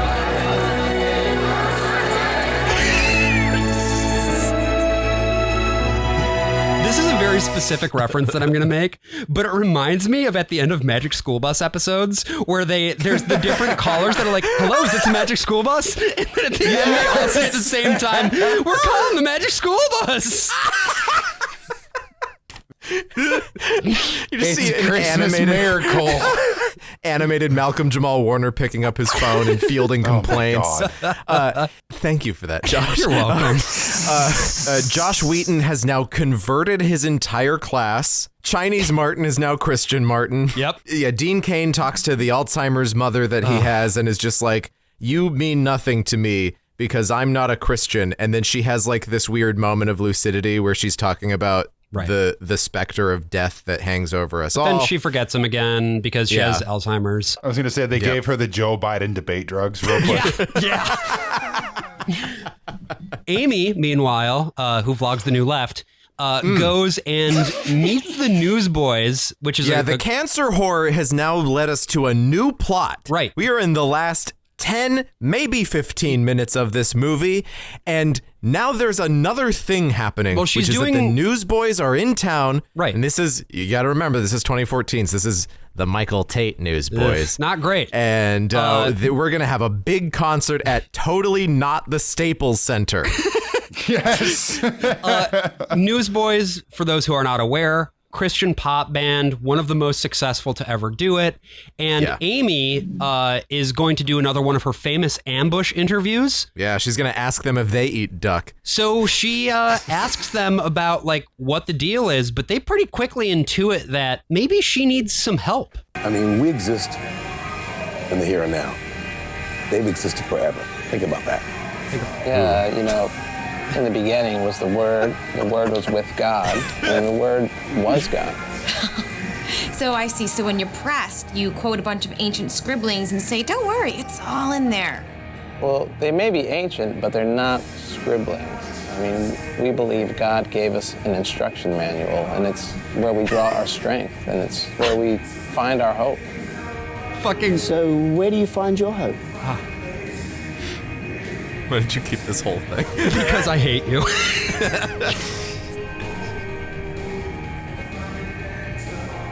I'm dying. For that moment right there. It's so good. First of all, fucking child actor in Adventures in Odyssey ass performance from Jeff Frankenstein, the keyboardist of Newsboys. Scary guy, Jeff Frankenstein. They're all wearing black shirts, black jackets, and red ties. Yeah, they look like Interpol. They do. Yeah. But like a really shitty version of Interpol. And Greg, is that what they've always done? No. Okay. Greg, given that I'm assuming you don't know the Newsboys, I do not. What was your feel for these guys? I thought it was cool that Creed had a black singer. But not always. It's worth noting that Michael Tate, the replacement lead singer for Newsboys, previously the lead singer was a man known as Peter Furler. Michael Tate had been the lead singer of a band known as DC Talk, and he came in and took over as the lead singer of Newsboys around when this movie was made. Actually. Yeah, he did Tate. He had a solo career for a little while. DC Talk just doesn't exist anymore, right? I don't think so. They're just dissolved. Yeah. And then he became the lead singer of Newsboys, and he's built so much celebrity for himself, but honestly, not to me. Right. I knew who the Newsboys were. I've heard plenty of their songs, of course, Sleeping with Fishes, Breakfast in Hell. I knew DC Talk. My brother certainly had a bunch of those albums. I listened to, I've been to some Christian concerts, Pillar, Five Iron Frenzy, Bleach, Skillet, all these things. I had no knowledge of who Michael Tate was. If someone had told me that name as a kid, I would just look at them with a blank face. This also goes back, though, to, again, the parallel media ecosystem here. Yeah. Because for the kind of Christian who is going to watch God's Not Dead. Yeah, not Catholics. It's like, holy shit, just the evangelicals. It's the fucking Newsboys. Yeah. I mean, they wouldn't say that. They would say, holy crap, it's the freaking Newsboys. But like, it's an incredible cameo. And here they are, the guys themselves witnessing to Amy, who vlogs the New Left, and letting her know that she too can go from being someone who vlogs the New Left to someone who is saved by the blood of our Lord and Savior, Jesus Christ. Wow. Now the Newsboys are at the Not Staples Center. They have the production team forgot to After Effects out the word Staples from the arena, but only on one part of that shot, which I thought was very funny. Kevin Sorbo, meanwhile, is going through the God's Not Dead notes in his office. That all of his he's leafing through all the pieces of paper that people just wrote in giant letters, God's Not Dead, and then signed their names. Also, his office is like on the top of a skyscraper. Yeah. He's like with a full view of the skyline of city that they are in.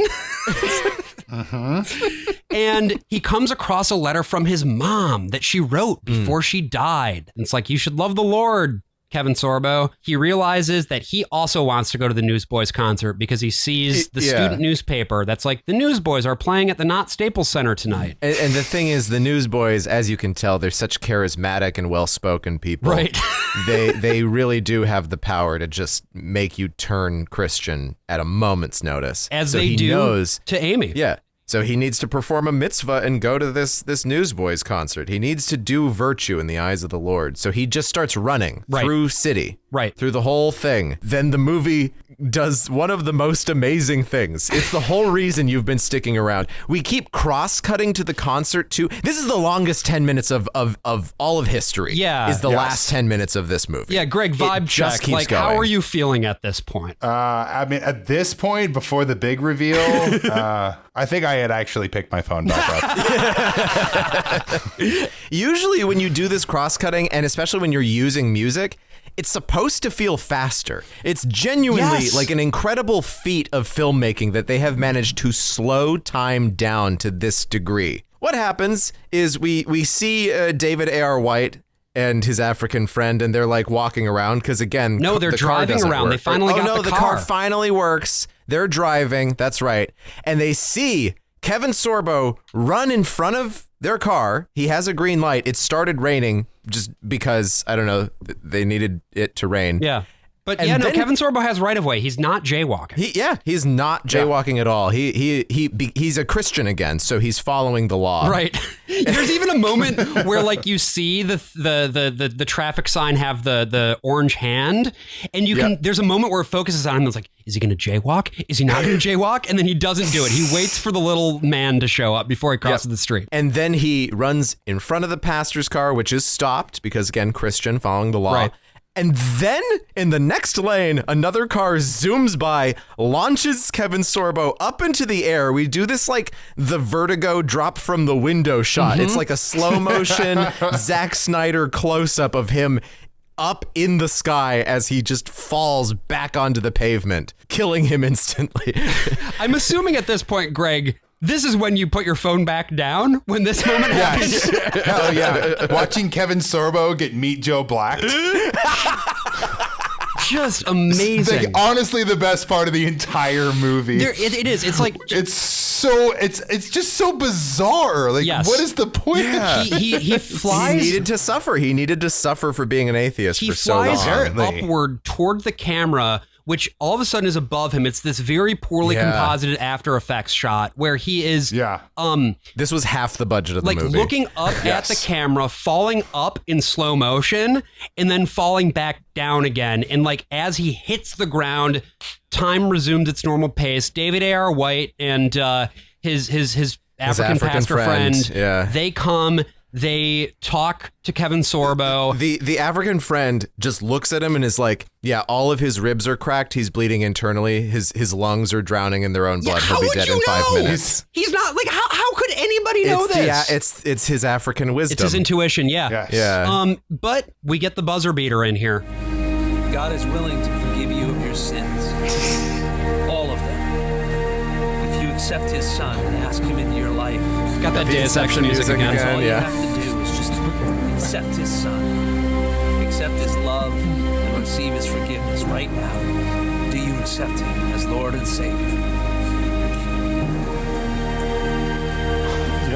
Welcome to Exception.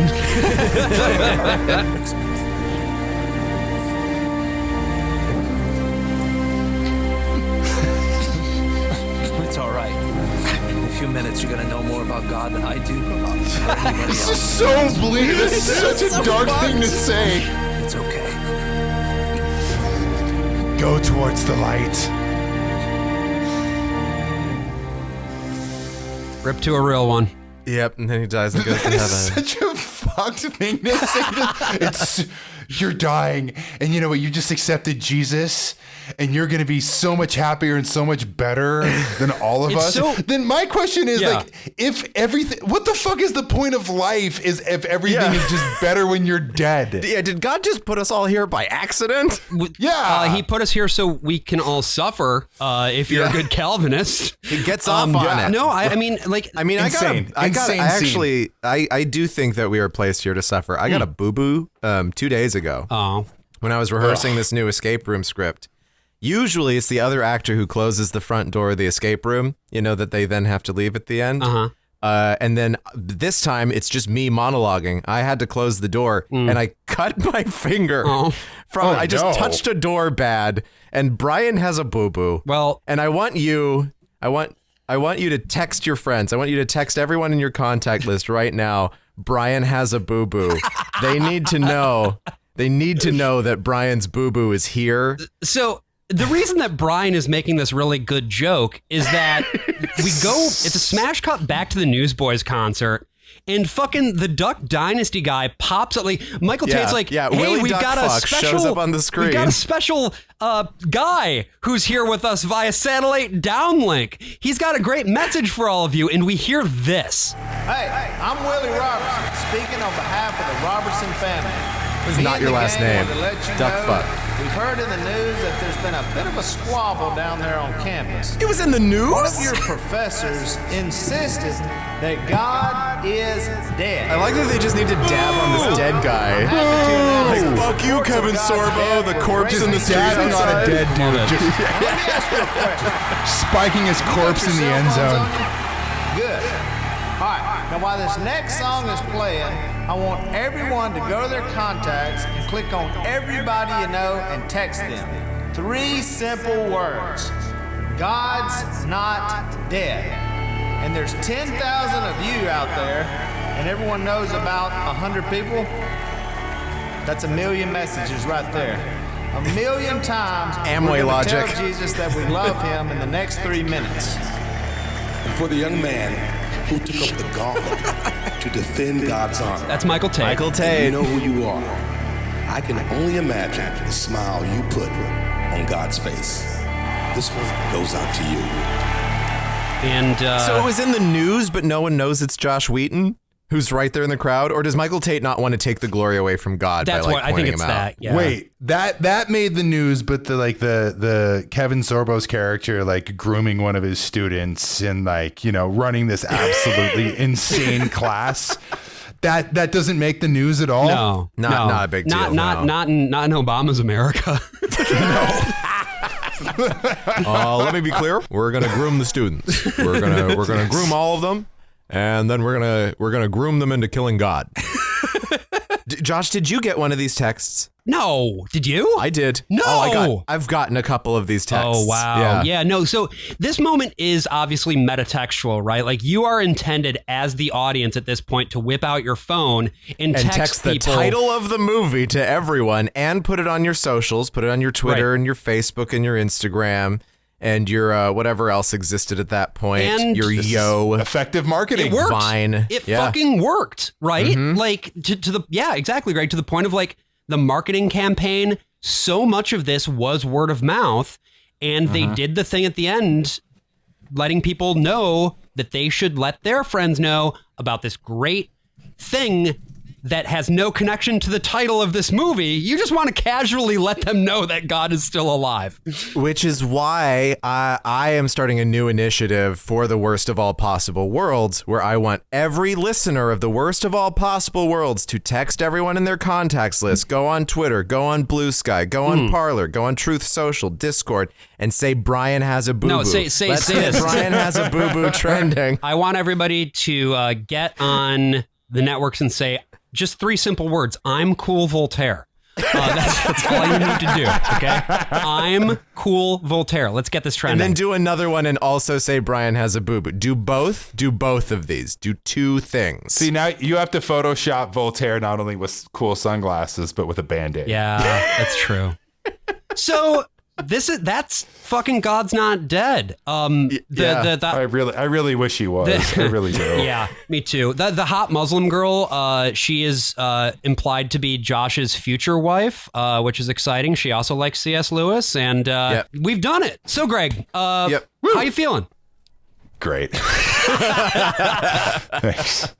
The thing I'm going is, to the pool here in just a bit, and that's I feel like I do need some R&R, some very like legitimate downtime. Like I texted you guys yesterday, like this is a movie that made me reconsider our friendship. That's fair. Is there anything that you would like to let our listeners know about with regard to what it is you have going on, other than going swimming, which is important? Yeah, you can. I guess you can follow me online if you're not rate limited. Yeah, if you're not rate limited, I am at Dad Shamdad on Twitter, dadshamdad.bsky.social. If you got one of those invites, I am Wife Guy Fieri on Instagram. If you like pictures of bikes and dogs, my podcasts are Brigham Young Money, which is we're a bunch of Utah lefties who talk about local and national politics and culture and the insane state of Utah. And then I do a basketball podcast with Sarah Todd, who is the beat writer for the Utah Jazz, called Unsalvageable. So yeah, I am extremely online and very easy to find. Oh yeah. Yeah. So check out those links. We've got them in the description. If you want more Worst of All Possible Worlds, patreon.com/worstofall is your one-stop shop for that shit. Lots of great episodes that are premium that you can get for a mere $5 a month, or for $10 a month. You will get access to the monthly Lads Cast, where we shoot the shit about whatever is on our mind in an unscripted fashion. So, also, even at the $5 tier, you will get access to our mostly monthly fancy movie time, just as long as AJ stops getting stuck in rival escape rooms. Because he edits that one and not me. Thank God for that. He also has, I think, just a wonderful sensibility for how he edits. I really like the style that he's brought to those episodes. But other than that, yeah, all of you just have a great day and never ever watch any of these fucking movies. Just don't do it. Don't do it. Please don't do it. It'll give you a boo-boo. I'm the worst of all possible Brians. I'm the worst of all possible Joshes. And I'm cool Voltaire. He has a voice now. It's canon.